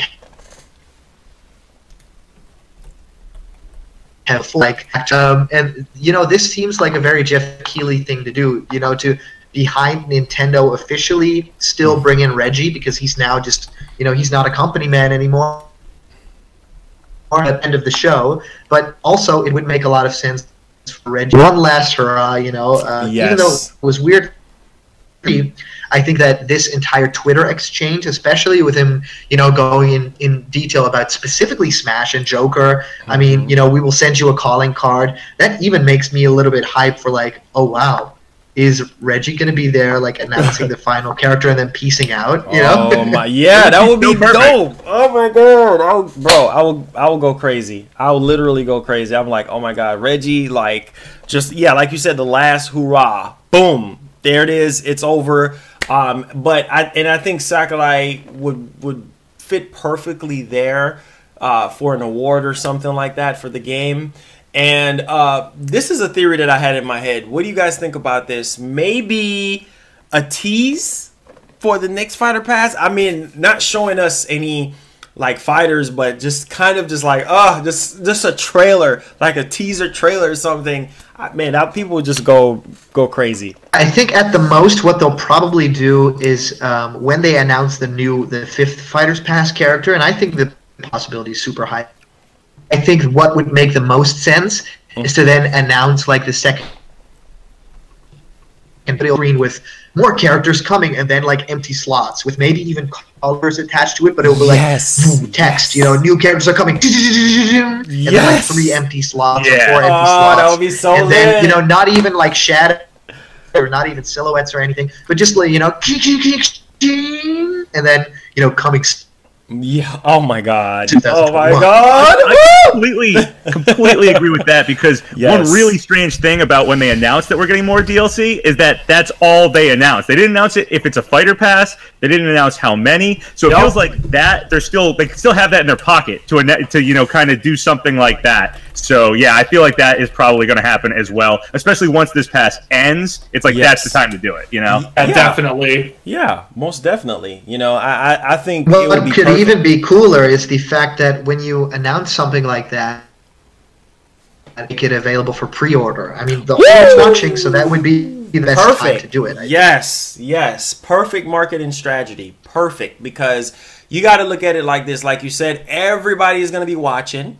So it makes perfect sense to just go on ahead and just tease this thing going off into the new year, get some pre-orders, because Nintendo did put out their numbers as far as sales when it comes to the online, when it comes to like DLC content or just digital sales period. And Smash, unbelievably, is edging everything out on the eShop. You know what I mean? When it comes to the Fighter Pass. Right. So I think it would just make sense for them to just end off the year with that, and then boom, everybody can just go and get those pre-orders in. Yeah, it's the time to do it for sure. I mean, end of the pass, end of the year, and just get everybody excited. Like you said, everybody's watching, so the Game Awards probably get more hype than your average Nintendo Direct. So that's the time to announce it. And it's even more hype right now because everybody's expecting a Smash Ultimate reveal. Oh my God. Super Smash Bros. Winning Game of the Year. Yeah, seriously. If it wins Game of the Year, it's going to have press coverage all over the place. And then all of those press coverage articles will have a little note at the end like, also they announced the next Fighters Pass is this much. You can order it right now. Every article has that. Oh my gosh. Oh my God. More I want to take this opportunity. I'm really curious if you guys have any characters, like if you had to say the 5th character will be this character and then we'll get 3 more, which would be your picks? Like maybe start with Marlon. Okay. Oh my God, you put me in a rock in a hard place. I would say Crash, and then followed by Geno and Rayman. I'm pushing it. I'm really pushing it. And I would say Chief. I would love to see Chief. I guess I'll go next. If I had to pick, if it was 4 more characters, basically, right? That's the criteria here? Yeah. Okay. So I don't know what the order would be. I don't know who I would want to get. Because it's when I think of the 5th DLC character, I'm so, bogged down with the deconfirmations or the hints and stuff. Me too. So I don't want to throw somebody out there that I don't think is actually going to get in, but I'll just do the 4 that I would want. Geno, obviously number 1. Probably Doom guy, because I do think we need a first-person shooter rap. I feel like that's missing. Crash Bandicoot, definitely missing. And then Sora, because I think Kingdom Hearts would just, everybody people would be so happy with that. Very good choices. Those are the 4 I'd pick. Yeah, so for me, in terms of I'll do likely and the characters I want to see. So in terms of the character that I think is going to appear as the 5th DLC fighter, I'm going to say it's going to be Steve. I think that Steve would be. Think about it. What? Think about how crazy a Steve reveal would be. Did you guys watch YouTube Rewind? Oh no, I didn't The get to most see recent that. one. No. The number 1 most watched game with over 20 billion views or something was Minecraft. Oh, geez. And Sakurai said before that he loves Minecraft, and yeah, we already do have a Microsoft character, but we can definitely get another one. So I think that, and especially if they announce Steve as the final fighter on the first Fighters Pass at the Game Awards after it wins Game of the Year, that would be insane. But Internet breaking. that's just who I think. That's just who I think. And so for me, it's you still have Hey, cut me off, right? Cal. And then my 3 characters, pretty simple. I think that Crash Bandicoot's going to join eventually. Just like because back in the old days, Mario, Sonic, and Crash Bandicoot were representing Nintendo, Sony, and Sega, and they were all rivals. So that just makes a ton of sense. And then I also think after Crash, we're going to end up getting Geno, just because everybody wants him in the game at this point. And then also Sora. I know that that's a lot of Square Enix characters, but I think that Square Enix has really been, like, noticing that we want their characters in the game. So, yeah, that's at least who I'm thinking right now. Wow. It'll be really difficult. I think for me, it's the 3 characters I think are going to be Phoenix Wright, then I think a Monster Hunter character. So that can be like the player character, I guess, and maybe a character from Tekken, like Heihachi or something like that. I think would make a lot of sense as well. Those are 3 characters I don't have any affinity for, but I just feel like they would fit in Smash. They, make sense in Smash. As for the 5th Fighters Pass character, they can go really crazy with that character. I feel like it's going to be Crash Bandicoot, and I think it's going to be Crash Bandicoot because that would be the perfect counter. It would be another Western rep, which means it balances out the pass a little bit more. Also, I think a big Crash game was the reveal of the last parts with that Crash box, and it can do the but Smash. Also, the Crash games are all on Switch now. There's new stuff coming too, and I just feel like that character would fit in so well. The only thing weird about it is I feel the idea too similar to Banjo in terms of, it's another, mascot character, but in that sense, we have like 3 anime characters or something like that in the Fighters Pass. So I feel like we can get another animal. That's really no big deal. And I think that if you think about iconography, that's the main thing that I'm going for, because it is that final fighter for this Fighter Pass that needs to tie it all up. It's really difficult, and I can't really think of a character that would please everyone in the world. There's no real Crash haters out there. There's no one like if you do Goku, like there's 70% of the audience will hate it, and 30% would be the best thing in the entire world. True. That's how these things go, right? Yes. And if you're a female rep of some sorts, we've all seen the stuff on Twitter, right? You can really go wrong if you make that decision for the core fan base, which I hate. It's super toxic and weird. Yes. But also, I think that if you do a character like Crash that has a big gaming history, that has recent and great games, and has made this huge journey to win back fans' hearts, there's no better way to end that streak of, the Crash Renaissance, the Crash Renaissance. My choice has to be something that will just resonate with a large audience. And on the Game Awards, on that, then with the game potentially winning Game of the Year, that's gonna implode the internet.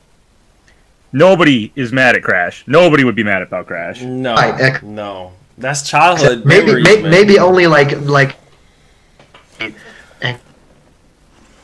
canon. The most bitter console war people might be mad at Crash, but other than that, I think everybody would be psyched. I feel like he's an E3 reveal, though. Honestly, if I had to guess, I think Crash probably will get in. I honestly think it's next E3. I'll throw that out there right now. I think that's when you get Crash. Yeah. I think that makes perfect sense, because there you go. You'll have all these people watching, like the Game Awards, right? And it will just be fitting for a character of that caliber. Crash, to make it in the game and everything like that. So yeah, I like that theory. So are you guys saying he will be the first for Fighter Pass number 2, or somewhere up in there, maybe 2 or 3 or something like that? My guess would be revealed at E3. I don't know if we'll get somebody in between, whoever the 5th is and E3. Maybe we'll get one character. I'd say he'd be revealed at E3. That's my guess. But Caleb's not wrong. I mean, he does fit color theory too. He's orange. Clearly, he fits orange. He does have a presence at the Game Awards. So yeah, he could fill out the pass, and he's a great end of the pass. I can't think of a better character than the pass. Yeah, I think you're right on that. Man, it's just so much way you could go about this, because it's like one of the things that I feel like a lot of people need to understand about Sakurai. He moves in a way where it's kind of like, okay, he will favor the fans and then he will favor himself. And I think there's one part where I was thinking maybe we could get Isaac, right? And then it didn't happen, and I was like, well, we got Fighter Pass 2. So Isaac is, you guys think Isaac could possibly make it in? Because I know they deconfirmed Isaac, but you guys think we could get Isaac anyway? I love Golden Sun. Oh, go ahead, Chris. Yeah, sorry. I'm just going to make this quick. I honestly think that if we're going to get any assist trophy upgrade, it's probably going to end up being Waluigi. Oh, my Lord. I feel like he's number one for upgraded assist as well. Yep. I knew you was going to say that. I knew it. I That's knew it. true! I knew he was going to say that. What if the pass ends on Waluigi? I mean, he's kind of a villain. We were talking about that. Yeah. Yeah, it could happen. Yeah, I mean, He could take the place for Daisy in that image. Makes It does perfect kind sense. of make sense there. But yeah, to me, it's the strangest thing to.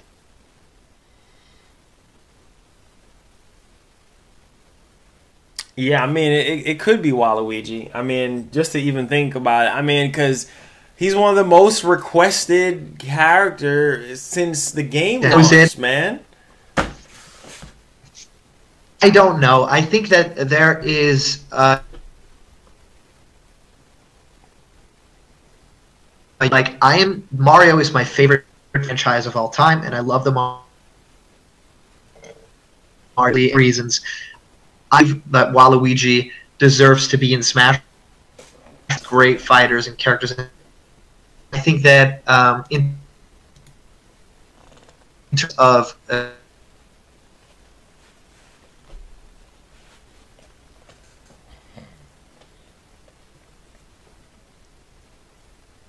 Lost him. Yeah, I think we lost your audio. I didn't actually say that, but Oh, there you yeah, go. isn't future completely?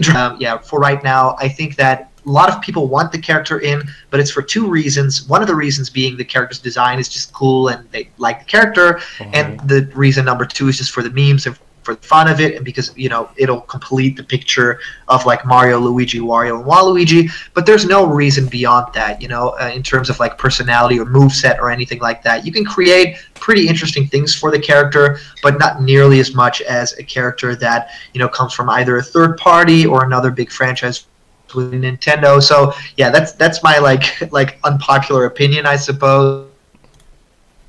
Was a character to be in Smash at some point, but like an assist fighter, and we might be looking at more character picks like Piranha Plant, who are Piranha Plant.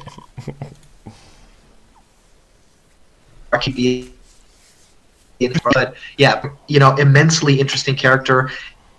And I don't know if Waluigi would have done the same thing. Of course, everything Sakurai touches turns to gold, so it could definitely make it happen.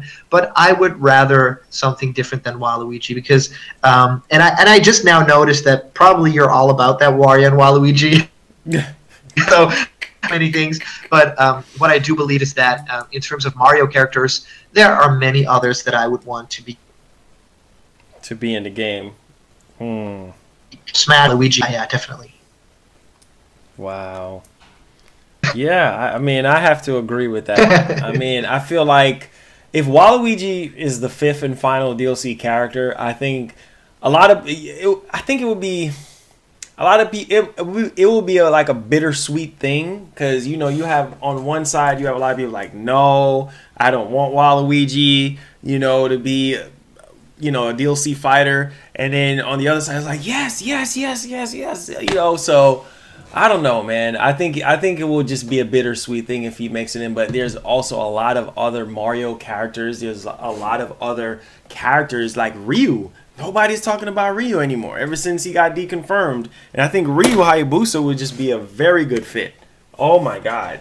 He would just be, I love Ninja Gaiden. I love Ryu, but hey, He's one of those last remaining like NES classic characters too. Like when I first heard about him, like kind of getting quote unquote leaked or whatever, if that is true. Yeah. you know, I was just like, oh, perfect. Like, yeah, I believe it's him. Like, that's going to happen. And now he's kind of deconfirmed for the 5th DLC spot, if that's to be believed. I still think he's happening later, though. Like, I do. I haven't, like, tossed him out completely. I agree with that. I think that Ryu Hayabusa is a character that got a lot of hype for a really long time. And I believe it was because of a leak that was posted on 5 channel, like, a super long time ago. And then people started, like, talking about Ryu Hayabusa. And then other people were like... when he got talked about, yeah. Yeah. And he was, you know, a lot of people were like, Ryu Hayabusa, oh yeah, like this character would fit great in Super Smash Bros. Ultimate. And then Sabi just came in and he was like, no Ryu Hayabusa in Smash is the 5th fighter. And then everyone was like, okay, cool. Guess we're not getting the ninja this time around. But I do think that that's one of the things that is important is that I think that Nintendo and Sakurai do look and see which characters people are talking about right now, right? I mean, the biggest example of that is obviously with the Smash for Wii U and 3DS Fighters Ballot. You know, they were looking at that, and they were like, which characters are we going to add to the game? And that's why we got, like, Ridley and Banjo-Kazooie and King K. Rool. Like, they do listen to their fans, so if they see us talking about a character, it's possible that they might not add them in right away, but they will add them in eventually. Yeah, we got Sabby up in the chat. What's up, Sabby? Hey, what's up, dude? You know, it's a crazy roller coaster, guys, to even think about Ryu Hayabusa because, you know, like Papa said, he's legendary, man. So I feel like, I mean, if we got Terry, come on, man. Come on, guys. I mean, it would just be fitting, right? So Right.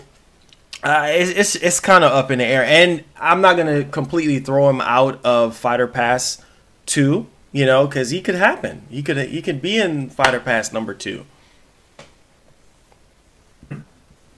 Yeah, I mean, who knows? Like I said, if people are talking about those characters, then it's very possible that they're going to hear about that and then eventually go ahead and add them in. You know, we never really know what Sakurai's thinking, and I think that that's something really fun about Smash Ultimate is that we, you know, with the whole Grinch leak, we all thought Sakurai was going to go one way and just do character after character after character after character reveal, and then instead of that, we got Incineroar Ken and a potted plant. You know what I mean? So it's just like we can try and predict what Sakurai's going to do, but every time we think that Sakurai's going to turn right, he just makes a sharp left in the other direction. So, I mean, at this point, with all of these companies deconfirmed and everything else like that, all these characters and stuff, like, you know, it's weird because I have no idea which company or which character can end up being, but I'm sure that Sakurai is going to unveil this character and we're going to be like, oh, why didn't we even think of them? Or, you know, this is a character we've never heard about, but I want to learn more about them, and their moveset looks so unique in Smash Ultimate. Like, maybe they'll have a gimmick like Hero's Down Special, or maybe they'll have something like Cloud's Limit Gauge or something like that, which is something I really like. I like when characters are, like, original like that. Yeah, Sakurai was saying, you know, the whole... He said something about how the moveset potential or how fun the character is to play is more important necessarily than like them being iconic. So there's definitely a balance there. And Sakurai usually nails it pretty good. Even if there's a character I don't personally have much of an attachment to. Like, I'm not a big Dragon Quest fan. I'll, you know, whatever. I'm a big Dragon Ball Z fan, so I appreciate the Akira Toriyama art style in Smash. But having the character play so uniquely was something I never considered in Smash, and it is fun to play. Like, so, you know, if Sakurai can come up with something like that, even if it is a character, you know, I'm not super attached to, Sakurai ends up making me love the character anyway. So I'm confident he'll do that again, no matter who we get here. Yeah, most definitely. What Sabby said, Busby. What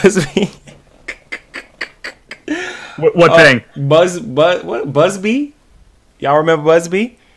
Busby? Yeah. He said, "I'm thinking of everybody. Everybody is asking him about what, who is the next character or whatever." And he said, "I'm thinking of Busby. Busby. Y'all remember Busby, right? I think it was that on PS." Oh my God! Wow, Busby for Smash. Okay. Are you talking about, like, in the chat right now? Is that is that actually Sabi's YouTube account? Yeah. He actually subbed to the channel a while back.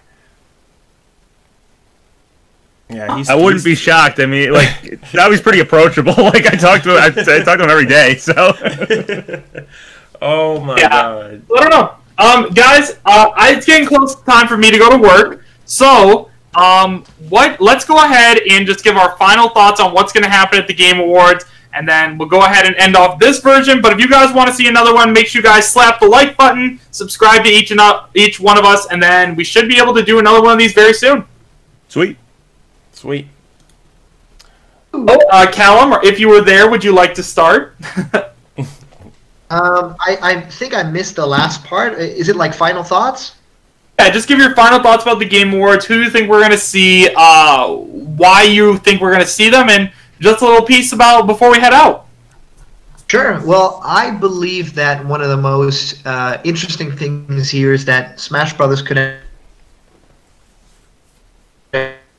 Game of the Year. A lot of great.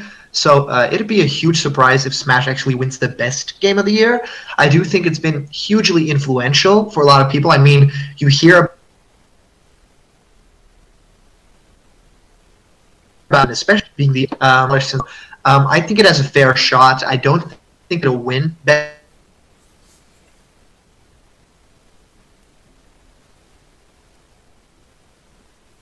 I simply be thinking in the same art form as the rest of the games are, like in terms of the story mode in Smash Ultimate wasn't that of content, the best types of games, last 10 stage builder and stuff like that. So that I have with the base game, especially I think that was a little bit disappointing, but it got so much better with the DLC. Don't think that, even as the huge Smash fan that I am, it'll deserve to have Best Game of the Year, or I think it will get Best Game of the Year. But I definitely think that it'll be really amazing for the Smash community if it will.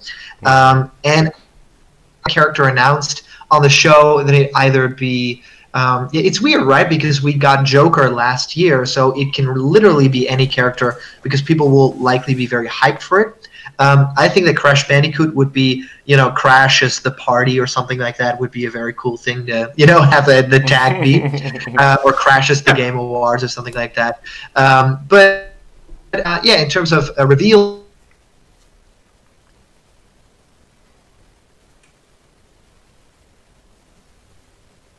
will actually be live and hope Japanese version, like a little combination of the two.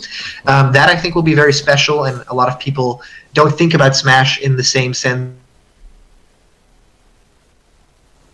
So they not always do musical things, so I hope they do that. If they don't,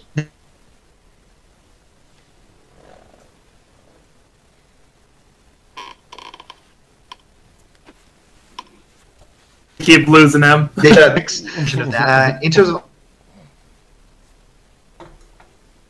the final, like we'll see how our Fortress the best. That's basically all my thoughts. I don't think that it will win Best Game of the Year, simply because I think that even though it is a beautiful and great realistic game, it isn't as polished as, say, a Control or Resident.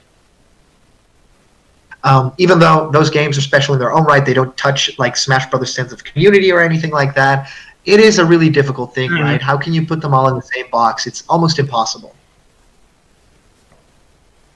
Very fair. Marlon, do you want to go next? Yeah, sure. As far as reveals, I would say Sora. I'm really edging towards Sora for the 5th and final DLC character. And the reason why is because, I mean, come on, man. He's been at the top of the food chain, at the top of the list as far as characters, DLC characters for the game. And so with the Remind DLC for Kingdom Hearts 3, I think it would just be fitting, for them to do like a cross collab with the trailer and, Sora for the game. And so, yeah, I mean, I think it could go that way. Also, as far as Game of the Year goes, most definitely Smash. I mean, Control, they sent me the game, I played it. I didn't feel like it was Game of the Year material. I mean, it's a okay game. It definitely had a lot of technical difficulties. And in RE2, that's a remake. And, of course, Death Stranding is there, which Death Stranding is good, not great. you know, and then we have what was it, Out of Worlds or something like that. No, Sekiro, right? It was a Sekiro, which is a very, very good game. Now, that's a great game. But I think as far as all around, not just saying it because I'm a Smash fan or anything like that, but all around, I think Smash deserve Game of the Year because Sakurai and the team just went all out with this game. I mean, come on, guys. The amount of things that we've gotten in this game, it just blows every other game from every other genre as far as content, as far as story, as far as gameplay, replay value, just the overall aspect of everything. I just feel like it's worthy for Game of the Year. So how big that could be, you know, for Nintendo fans and Smash fans and just the whole community if Smash wins Game of the Year and then we get the 5th and final DLC character reveal and then it's just that big hurrah for the end of the year. I think it would just perfectly would fit well with the Game Awards for Nintendo. That's a good point. Okay.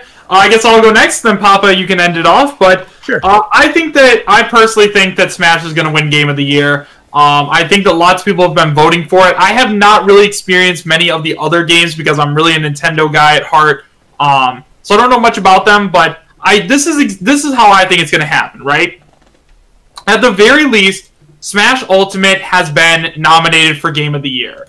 Okay, so that's a really big deal, especially considering last year Smash wasn't even nominated because obviously it came out the day after the Game Awards happened. So the fact, and we got a character then, so the fact that it's nominated this year and like people are going to be watching specifically for Smash, I mean, if it does win Game of the Year, people are going to go absolutely nuts. And even if it doesn't win Game of the Year, like, if they announce a new character there, everyone's going to be like, yeah, this is like, they did win Game of the Year with just this character reveal alone. I think it's going to be a huge big name character. I'm hoping for Sora. I think it could possibly be Steve, but we are just going to have to wait and see. So at this point, I cannot wait for the Game Awards. I think it's going to be super fun, and something big is coming. Ooh, like that. Ooh, I like the ending. All right, so my thoughts are basically, I also believe Smash will probably win Game of the Year. I think it deserves it. That's who I'd want to win anyway. Resident Evil 2 Remake I thought was wicked good, but I don't know if it's Game of the Year material. I feel like Smash is more so. Actually thought for a while there that, getting a Resident Evil character in Smash, having both those games there would have fit really well, but then we got the Resident Evil spirits, so... oh well on that one. Maybe they're just tricking us. I don't know, but I kind of doubt it. But I do think Smash will win Game of the Year. I do think we'll get the final DLC character announced here. I feel like everybody's gearing up for that. I feel like Nintendo knows everybody is expecting that.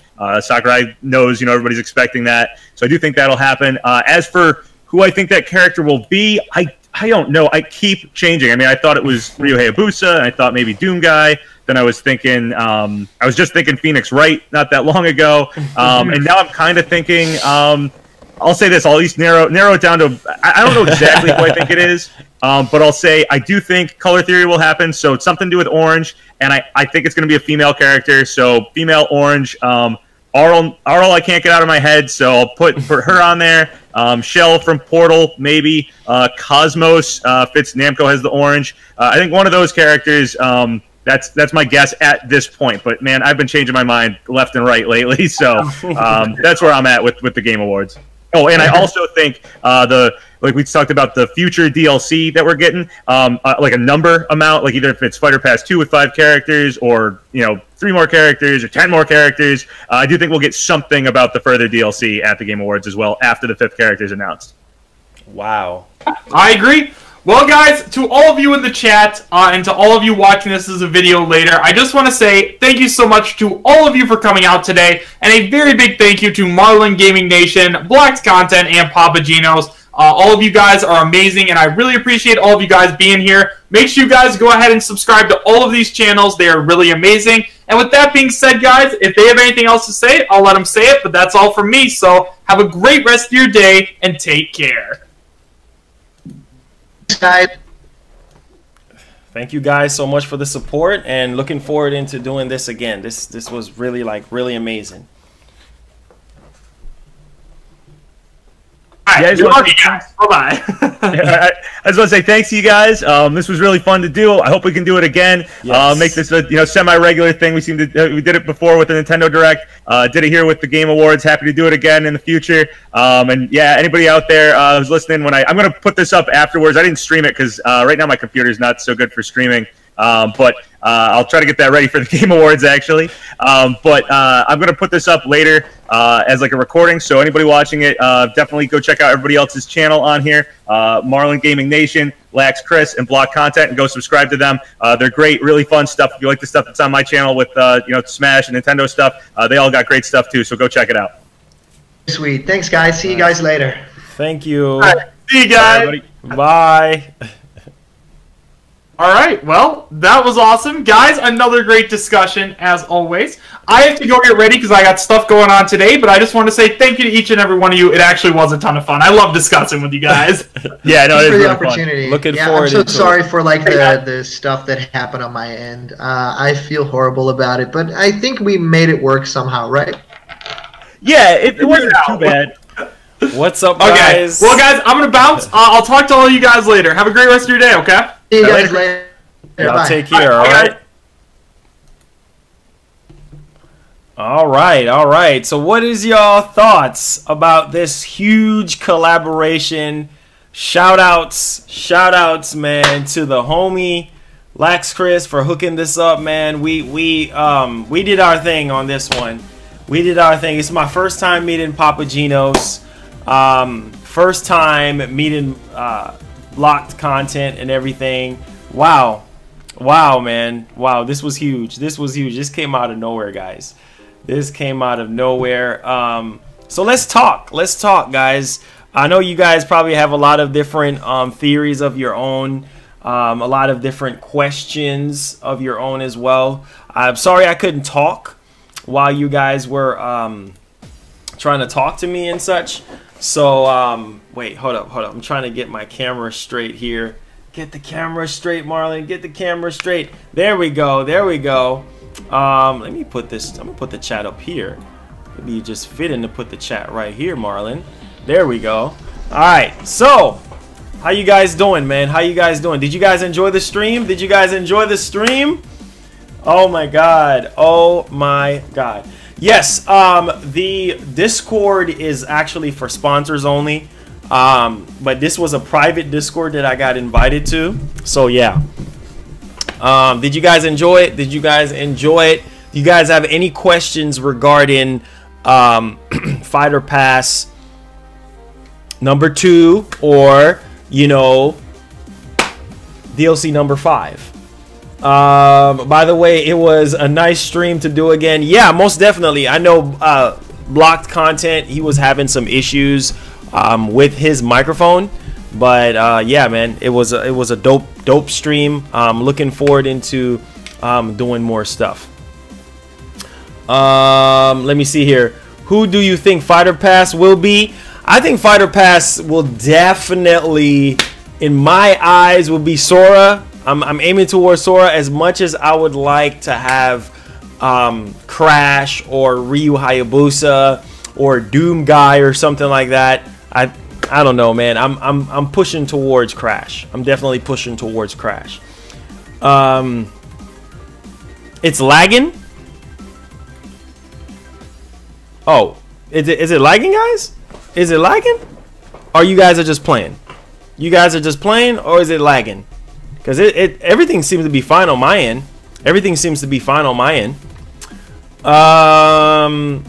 Waluigi, bro, I know for a fact that a lot of you guys have been saying Waluigi, and I don't know, man. I don't know. It's possible because a lot of people want that character in, and so it's kind of like, but again, I don't know. I can't say for sure, but I feel like a lot of people really and truly want Waluigi in the game. I mean, he's one of the most requested DLC fighters and whatnot. So I think a lot of people will be upset, but hey, it's okay. a lot of people want him and a lot of people don't want him. So it's kind of a mixed bag thing, you know, when it comes to Waluigi. Let's see. Who do you think Fighter 5 is and why for world premiere? World premiere, I would say, oh, thank you so much, Young Ninja 84 DLC Bros. Just subscribe. Welcome to the nation, man. I'll say Sora, because Sora actually makes a lot of sense to be in the game. Square Enix and Nintendo have been working together, and I just feel like Sora would just be a great fit, and it just makes commercial sense. It makes money sense. And, you know, with the whole DLC Remind situation to be revealed, I think it would just make perfect sense for Sora to be in the game. And of course, a lot of you guys really want Sora to be in Smash, so most definitely, you know, most definitely Sora for Smash. Hashtag Sora for Smash. Now, the interesting part about this whole theory is that, like I said, it could rule in a way where it could be a character that we least expect, right, that's coming to the game. You know, there's so many characters. I mean, PlayStation really do needs a foothold in Smash. You know what I mean? Of course, Nintendo and PlayStation are rivals, you know, the ultimate rivals and everything. But I just feel like, being that they worked together previously, more than a couple of times before, even with the Smash tournament that actually went down in Japan and whatnot. So I just think that it would just be fitting for, you know, a Sony rep to be in the game as well. A lot of people are saying Kratos. A lot of people are saying Sly. A lot of people saying Papa the Rapper. You know, I mean, it could go either way. I mean, any way you kind of draw it, I mean, you can kind of get the same vibe from there. But yeah, the Game Awards is definitely going to be good because, like I said, they could show off the 5th and final DLC character, give Smash Ultimate Game of the Year. No, I'm not saying it because I'm a huge, humongous fan of Smash or anything like that. I'm saying because Smash is well-rounded as far as content, as far as just the overall arching experience. You know what I mean? I think this is a great game, and it's fitting for Game of the Year. I mean, just look at how much content, look how much fighters we've gotten. And when it comes to story, World of Light was amazing. I know a lot of people did not like World of Light.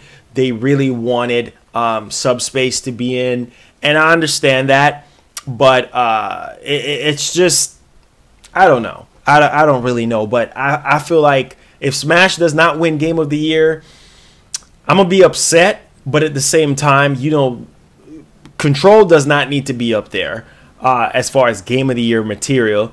RE2, it's a remake, great, phenomenal, legendary game, remade. I don't think that needs to be Game of the Year. We got Death Stranding up there, not quite Game of the Year in my book. And of course, we have Sekiro. Sekiro is kind of Game of the Year because that game was really, really, really good. But Control, no. Control have a lot of technical difficulties. And I feel like I said, Smash is just that well-rounded Game of the Year material. You know, I think it's just, you know, the largest amount of characters ever in Smash and the fighting crossover scene. Also, you got to look at music, right? You got to look at DLC content, right? So it's just a lot of different things that I would say would make perfect sense for Game of the Year material, you know? So you have to just look at it like that. But like I said, it will just be amazing because Reggie's supposed to be there. And, you know, if Reggie comes on and if Reggie is like, look, he's going to announce the 5th and final DLC character, poof. There goes the crowd. The crowd goes wild. Sakurai could come up and reveal it too. So, I mean, it can go either way. And maybe they might let Reggie go up there just to maybe announce something. You know what I mean? Like, announce something new. Announce something, you know, for the Nintendo Switch. Because, I mean, there's going to be like between 10 to 15 new unannounced games, new world premieres and such. So, I mean, the Game Awards, for the most part, is very boring. It's a very boring show when it first starts out because there's just a lot of different things that they do, like pre-show stuff, try to build up the hype, and then once you get kind of like halfway into it, then that's when everything just kind of kick up. Because last year's Game Awards was like kind of boring, and it was just kind of like, okay, get to the good stuff, get to the good stuff. But that's typically how some shows actually runs out, guys. So I mean, you guys gotta look at it from that standpoint. You do realize that if Death Stranding wins Game of the Year over Smash, yeah, bro, a lot of people, like I said, like myself, is going to be very upset. Is going to be very upset, and you know what? What are you going to do? What are you going to do? Because the odds are already planned already. The odds are already planned, and what are you going to do? If Smash does not win, then it's either going to be between Control, RE2, which I don't believe that Control needs to get Game of the Year. It just doesn't make any sense to me. Dual Screen says, I would be mad if a walking simulator wins over Smash. Yeah, I mean, it's a different game, right? It's a different game. It's open world-ish. You know, there's a lot of things going on with the game. It's different. Your job is delivering packages, basically, and connecting worlds, and you know, everything is dead in the world for the most part. That's why it's called Death Stranding. You know, you're pretty much stranded, you know, out there. You're trying to find your way and stuff like that. So it's a game that's not for everyone. And I think Sakurai elaborated on that, and I think I even talked about the game. You know, I played it for myself, and so to me, it's not Game of the Year material in my book. It might be Game of the Year contender, but not Game of the Year. So, let's see here. To be fair, I haven't played it, but it doesn't seem like exactly. It's not within everybody's interest, you know. So everybody's not going to sit there and be like, "Oh my god, oh my god, oh my god," you know. I want to play. No. So I think that's where the problem lies. Don't want to ruin y'all mood, but y'all heard of the Juice World incident? No, I haven't heard anything about that. But yeah, I'm hyped for the Game Awards, guys. I tell y'all that right now. I'm extremely hype. I mean, going into this whole thing, just the whole notion of Smash could win Game of the Year. It could be huge for Nintendo. I mean, of course, we need to see Bayonetta 3, Metroid Prime Trilogy. We know State of Play is when? On the 10th. So in another 2 days, we're getting State of Play. So we know Resident Evil 3 Remake might get revealed. I'm hearing that it's going to be revealed in State of Play. So it's just a lot of different things that can kind of pan out here. Plus, how is it possible for Death Stranding to be nominated, period? That game is late. Exactly. And I'm like this. If you're gonna nominate Death Stranding and it just came out like 2 weeks prior to the voting stuff happened, why not throw Luigi Mansion, you know, in there? You know, Pokemon Sword and Shield in there, you know, Star Wars Jedi Fallen. There's a lot of other really cool games that you can put in a nomination right up there that can win Game of the Year. I just don't understand. And the game right now has 9 different nominations. So at this point, the edge is really pushing towards Death Stranding. And Jeff Keighley, he's pretty much a massive big friend of Hideo Kojima. Like, they are buddies. You know what I mean? So if Death Stranding wins Game of the Year, then you guys know why it won Game of the Year. You know why, because by favoritism, by votes, by rigging the system, then you guys can see why it would win over everything else, which is not fair. It's definitely not fair, and it's not right. But what are you gonna do? You're dealing with gaming. You're dealing with the culture of gaming. You're dealing with, you know, the higher ups in gaming. And I know Jeff Keighley. I met him. I took a picture with him, and I talked to him a couple of times before, and he seemed to be a very nice guy. You know what I mean? So I'm trusting his judgment on this one to make it fair for the rest of the games to win Game of the Year and not just make it obvious, because honestly, I think a lot of people is going into this thinking like, oh my God, well, Death Stranding already got 9 nominations. So Marlon, automatically on paper, Death Stranding makes sense for Game of the Year. No, not necessarily.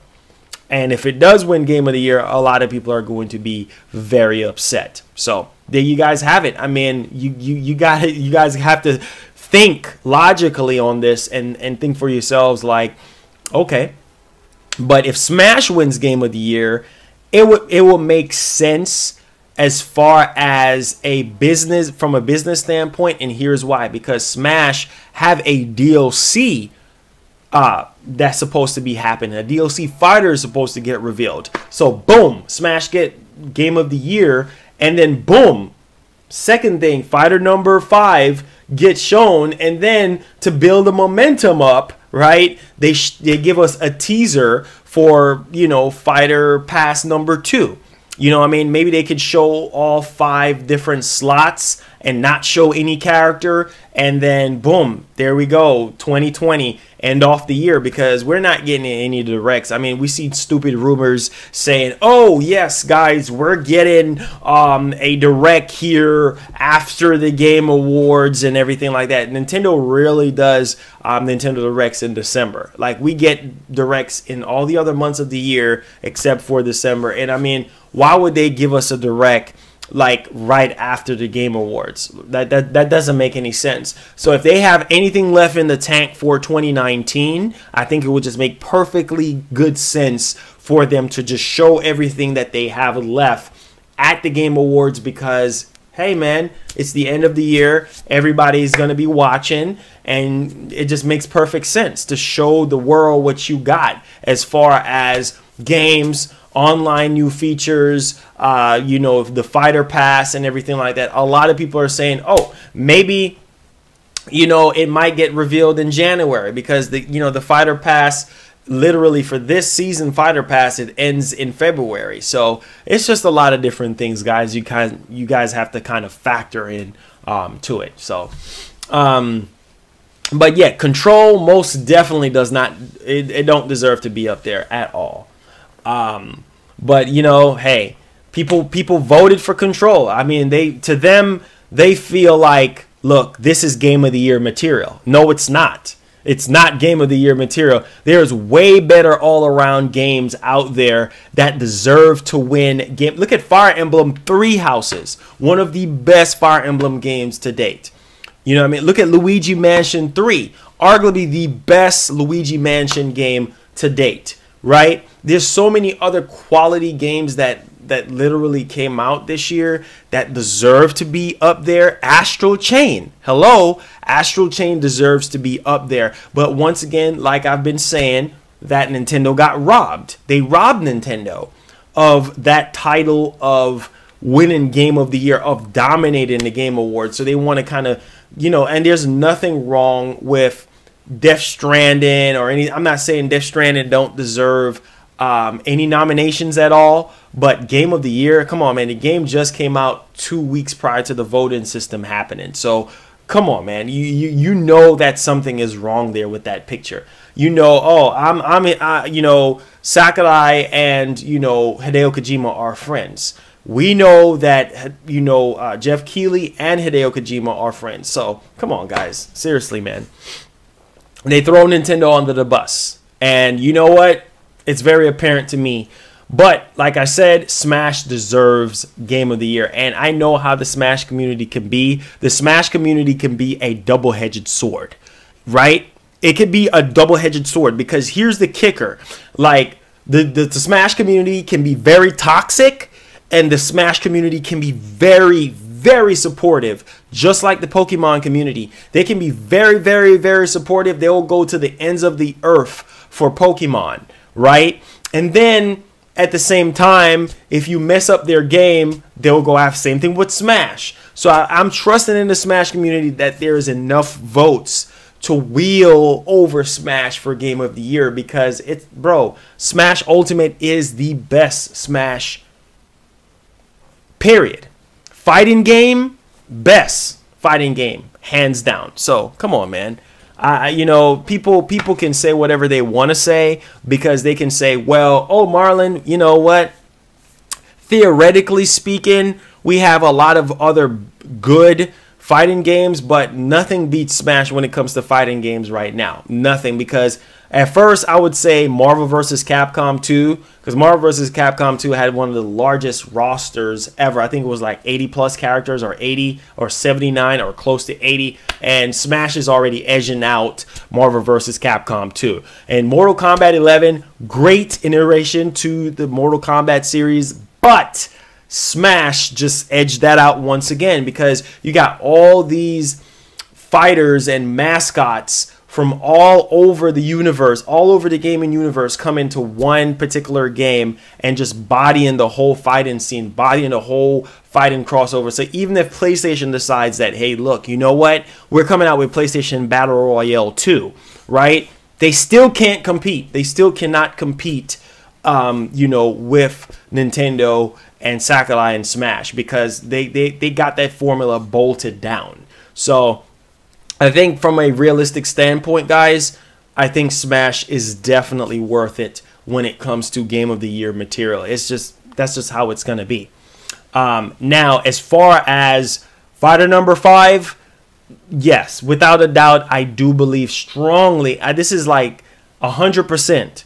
I do believe that it's going to, fighter number 5 is going to get revealed at the Game Awards. Like, come on now.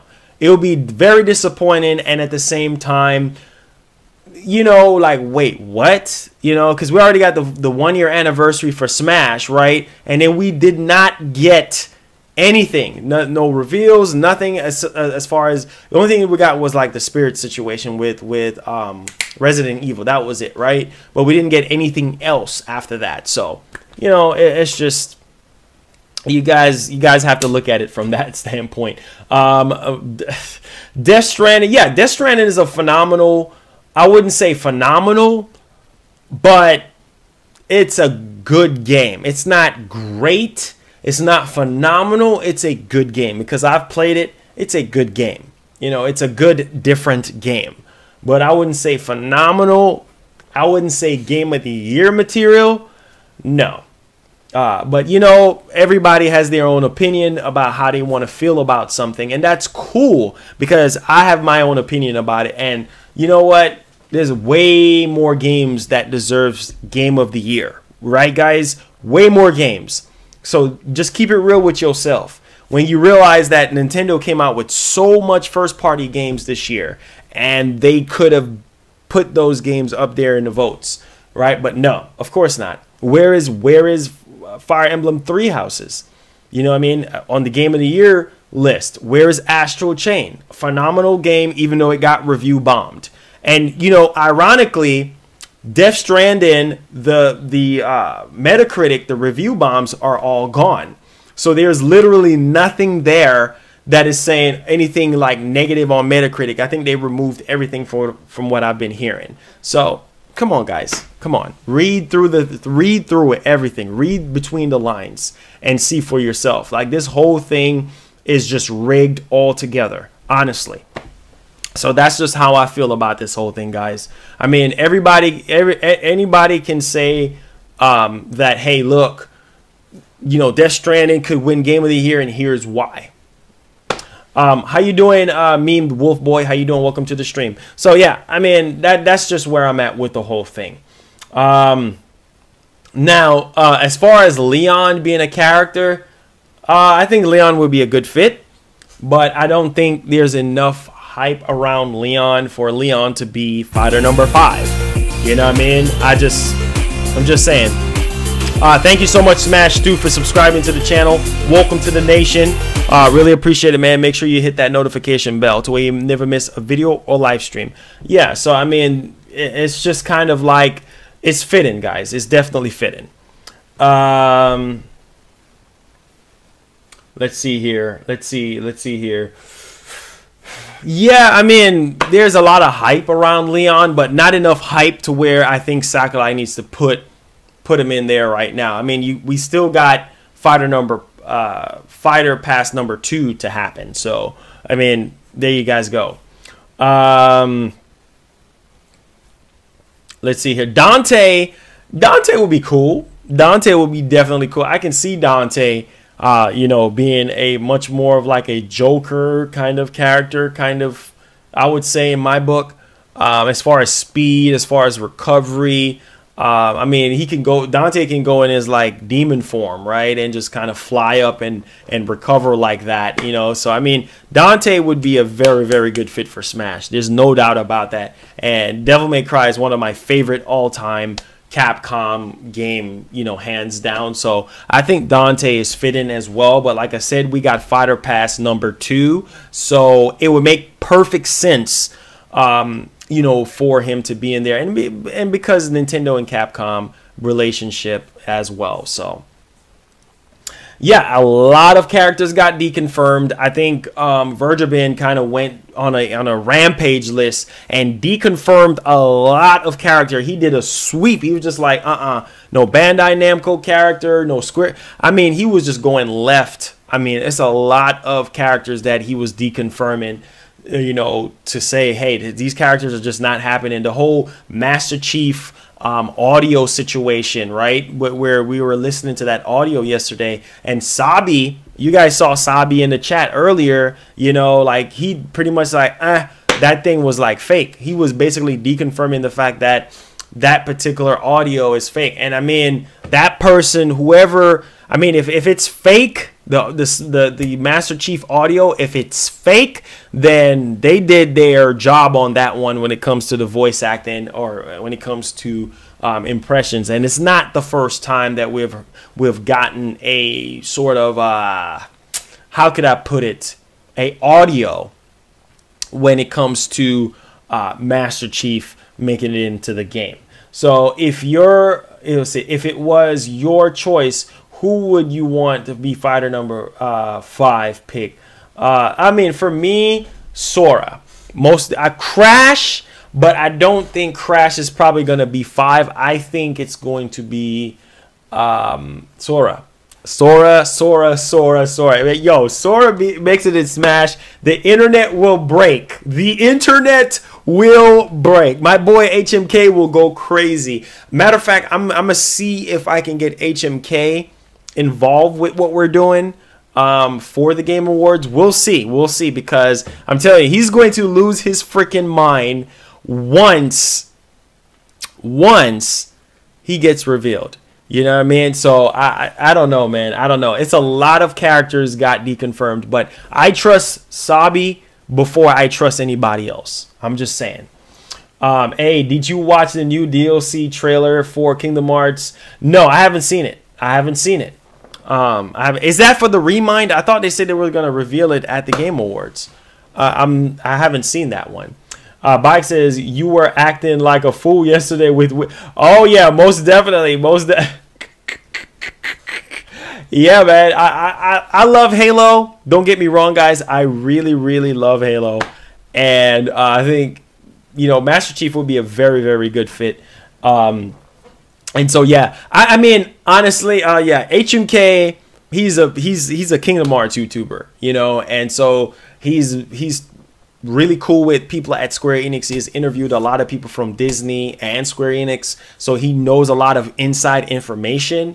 And I think he would just go like berserk, like he would just like go insane if Sora, you know, because he started that whole hashtag Sora for Smash, and I think that whole thing right now is still like pushing through right now. So I think it's a lot of different things when you kind of factor in the fact that Sora is edging out a lot of other characters that people really, really want. And I think Doom Guy as well. So now you got two soldiers, right, that could potentially be in the game. You know, you have Master Chief and you got Super Soldier Doom Guy. You know what I mean? So it could go either way, but I feel like Doom Guy making it in, I think that's a big possibility, you know, of Doom Guy making it in. I mean, we know that Nintendo and Bethesda have a very solid relationship, right? So I think it could just go either way. Okay, let's see here. Yeah, HMK inspired me a lot. Oh, actually, oh, really? That's a very good. HMK is a very good friend of mine's. We met at E3, I believe, 2015, if I'm not mistaken. and I did my Wario voice impression for him, and we became like really cool friends and everything. And then he actually subscribed to the channel, so he's a subscriber of the channel. So shout out to my boy HMK, man. He's a really good guy. Matter of fact, I'm gonna reach out to him and see if we can get him in maybe in the podcast or something like that. So yeah, and then we might have RGT 85. We're probably gonna have RGT 85. So I'm probably gonna talk back to him and then just kind of go from there and probably get him in, because he loves Smash as well. He's not a heavy Smash person, but we can get him in as well, and we can talk about some really, really cool stuff on the podcast. So yeah, man. Let's see here. Yeah, and that's what I'm saying. Like, Sora would just be perfect. Like, just show off the Game Awards. Boom, Sora. Anything else from Square Enix, they can show it right there. Boom, Game of the Year goes to Smash. Boom, Fighter Pass. You see, it's so much like wow effects. So many things just bouncing off each other, and things like that. Umer, how you doing, man? Welcome to the stream. Thank you so much for joining, man. Really appreciate the support you coming through. Let's see here. Yeah, most definitely. We got to have him on the podcast. Most definitely. We have to have him on the podcast. Marlon, what time on Thursday are you going to stream the Game Awards? I'm probably going to stream on like around 7:30. Because I probably want to start like an hour before everything kind of transpire, and then we just kind of go into the whole thing of like streaming right away. And I think it would just be like really, really dope. So yeah. But yes, I will be streaming the Game Awards, so you bet your bottom dollar your boy will be here acting crazy, pouring water on my face, ripping my shirt. It's definitely going down, guys. Let's see here. HMK will main you. Yeah, most definitely, man. I thought Disney gave permission for Nintendo to use, or man, it's a lot. I believe I read something about that, and it's gonna be amazing. Who is the best DLC you played thus far? Best, I would say Banjo, Joker, and Terry. Yeah. Banjo, Joker, and Terry. Yeah. Sam Porter, Bridges, bruh. That would be, bro, a lot of people would be very upset if Sam Bridge makes it into Smash. If Norman Reedus makes it into Smash Ultimate, I think a lot of people are going to be very upset.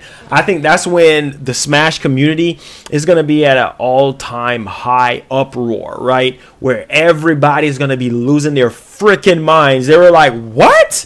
Norman Reedus? I'm saying, if you're going to put Norman Reedus in the game, then put Goku in the game. Put Shrek in the game. You know what I mean? Come on, guys. I mean, he's like the least person or character that I think would make it into a Smash game. Come on. I know Sakurai and Hideo Kojima are buddies. Like, they're really, really good friends. But come on, guys. No. He's a real person. So just like PapaGenos said, he's a real person. So if anything happens, to Norman Reedus, like if he messes up or anything goes down, I mean, hey, his name is going to possibly pull down Smash in some sort of way. Like, oh yeah, he's a DLC fighter in Smash, so certain things is just not logical, and I don't think Norman Reedus would be a logical fit for the game. Don't forget Goofy. Oh man, please. Marlon, do you think Resident Evil 2 or Smash? Yeah, I think Resident Evil 2 might very well win, and I think for me it's between Sekiro and Smash and RE2. Sekiro, Smash, and those three, I feel like one out of those three would win. And like I said, the card can fall either way. But like I said, a PlayStation character would just be great. And like I said, it could be Kratos. It could be Nathan Drake. I don't even know Nathan Drake. But yeah, it could be any PlayStation character at this point. And I think Sony and Microsoft right now, I don't know, man. The relationship between those two, I think Nintendo can kind of bridge something with PlayStation and make it a lot more like comfortable, you know what I mean, for them to actually work together and kind of get something out, right? So, yeah. Lara Croft, a lot of people have been asking about Lara Croft. Lara Croft is definitely an icon, and I think when you're saying Lara Croft, that's basically Square Enix. So, yeah. I mean, there's so many different Square Enix reps that you can kind of put in there. So, yeah. It's just, it's kind of a crazy situation. Sly Cooper would be cool, but I think a lot of people start theorizing on Sly Cooper being in the game because Sakurai had his hand on his hip. So, people was automatically assuming that, oh, Marlon, look, you know, this could very well be the case. Rayman, yes, Ice Daddy. Rayman is actually frozen on the, I believe, Battlefield stage. So yeah, Rayman could be in the game too as well. You know, Rayman is a character I've been wanted, but of course, Virgin, like I said, went on a rampage and deconfirmed a lot of characters, Ubisoft characters, Bandai Namco characters, just Sega. I mean, just a lot of different companies. Bethesda, a lot of different characters, if not all of them, were deconfirmed by Virgin. And like I said, if I had to pick like who I would believe Sabby before I would believe anything Virgin have to say, honestly, because he's been being wrong about a lot of stuff more than he's right. So I have to go with what Sabby would have to say about certain things. I mean, that's just how I'm looking at it.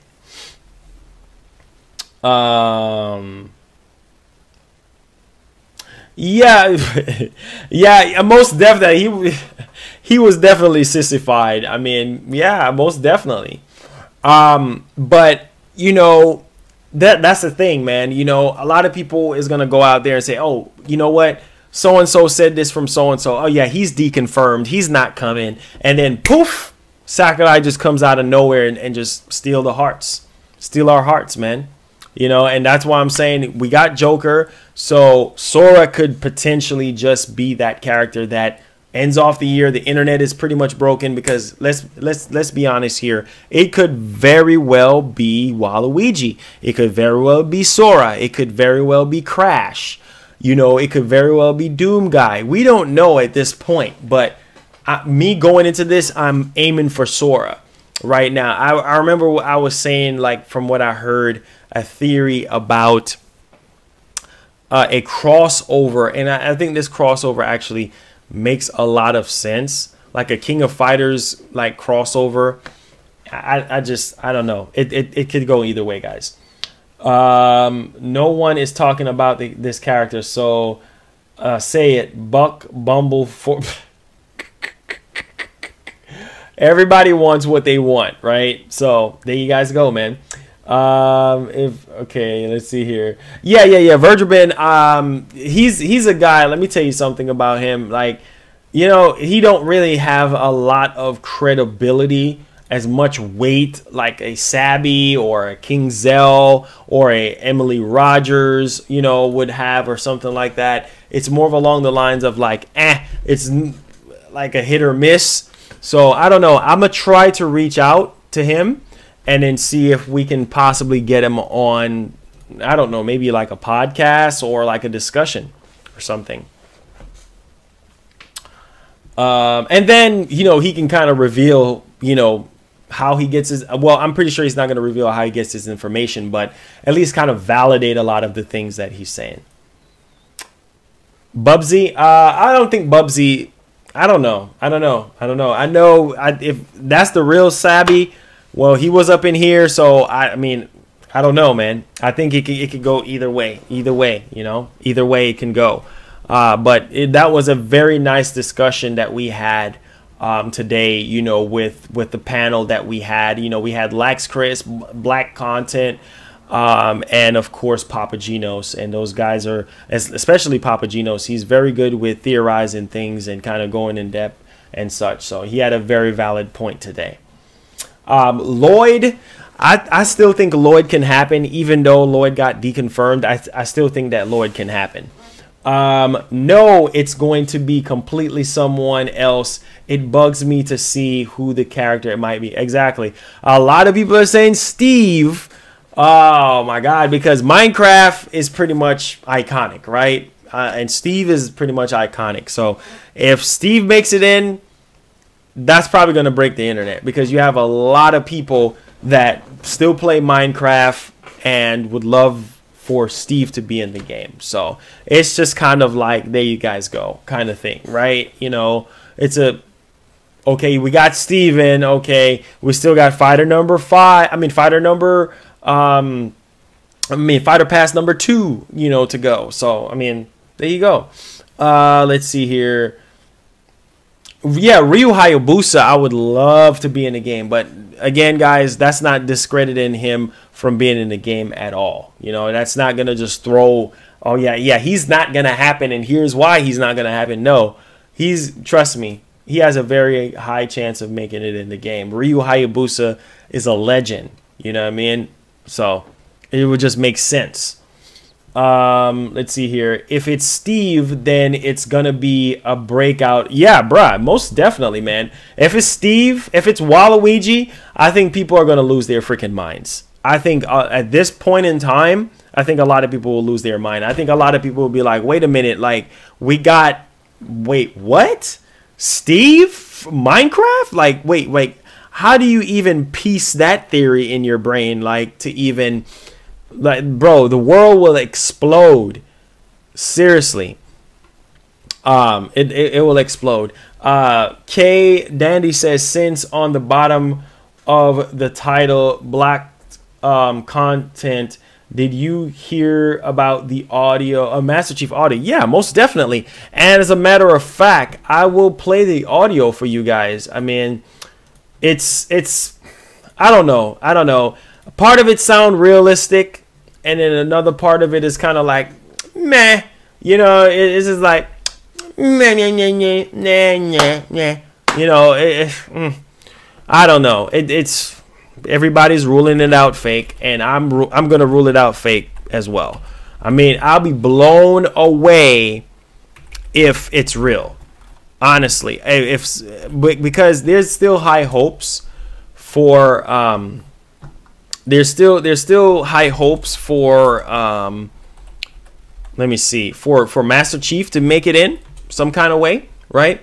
So we're gonna kind of play the audio here, and for people that haven't heard the audio yet, like I said, it sounds sort of like I don't know. Let me search it out on here. But yeah, it sounds like somewhat believable, right? I think a lot of people are on the fence when it comes to it. So here it is right here. I mean, there's so many articles about this, and here we go. Chief, I need you to wake up. I just received an incoming transmission. You may want to hear this. It's a little light on details, but UNSC says we've been invited to some battle royale called Smash Brothers. Some guy named Mario is taunting you. You see that part right there? It just... It's a little light on details. Why is it echoing? I mean, it could be that I'm playing a recording in the background, but I don't know. It's just... When she started talking, it's just kind of like... It sounds fake-ish to me. I don't know. You may want to hear this. It's a little light on details, but UNSC says we've been invited to some battle royale called Smash Brothers. Some guy named Mario is taunting you. Looks like they really want to see what you're made of. What do you say we show them?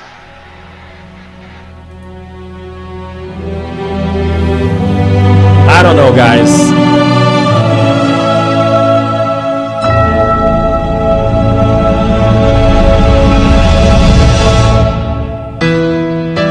No. I'm trying to piece it in my brain. No.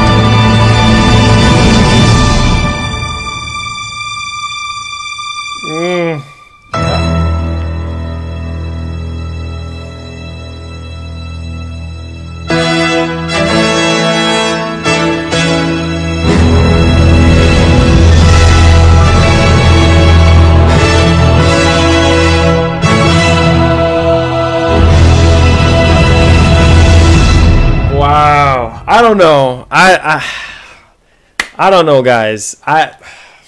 It sounds like I don't know. But you know what? I'm gonna sit on fake on this one. I'm gonna say it's fake because what I don't want to do is get my hopes up, right? I don't want to sit here and be like, oh my god, Master Chief for Smash, and then it don't happen, right?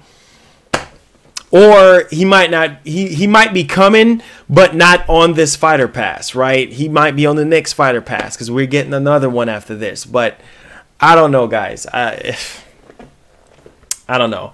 Anybody can do a voice impression of Cortana and make it sound real. Okay, anybody can get that Halo music and replicate it and make it sound authentic. So, like again, there's some really good fake leaks out there. And what I try to do now is try to guard my heart, right? I'm not going to sit here and get overly excited like a little schoolgirl. Oh my God, Marlon, oh my God, you know. No, I'm not going to do that. I'm not going to give myself a heart attack or start hallucinating, pumping sweats out of my sweat pores. No. So it's just kind of like, take that with a huge truckload of salt. Like take it with about 100,000 truckloads of salt, because hey, it might be real, but there's like a 1% chance that it might be real. I'm just saying. If you could remove one franchise from Smash, which would it be? Franchise? Honestly, you know what? I love every franchise in the game. I'm not going to sit here and say, oh, remove this franchise, remove that franchise. No, I think every franchise is fit in for the game and is in the game for a reason. And so, yeah. So I that's where I'm at with the whole thing. The Grinch leak, oh God, don't get me started with that. That was insane, okay? That was an insane situation with the Grinch leak. So, you know, guys, it just matters on where you're at with it. Fire Emblem shouldn't be removed, though. Most definitely not, man. Fire Emblem is, like, amazing, okay? So, and I think Nintendo represented Fire Emblem in the game enough. I don't think we need any other Fire Emblem character, to be honest with you guys. So, hey, you know, there you guys go. But yeah, yes, most definitely.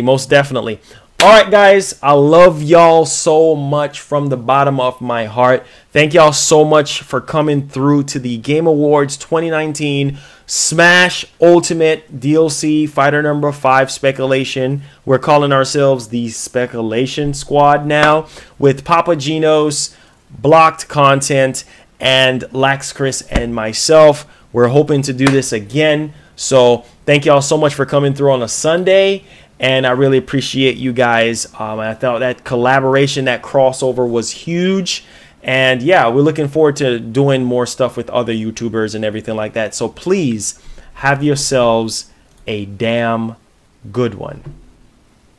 Peace, guys. Joy-Con boys forever.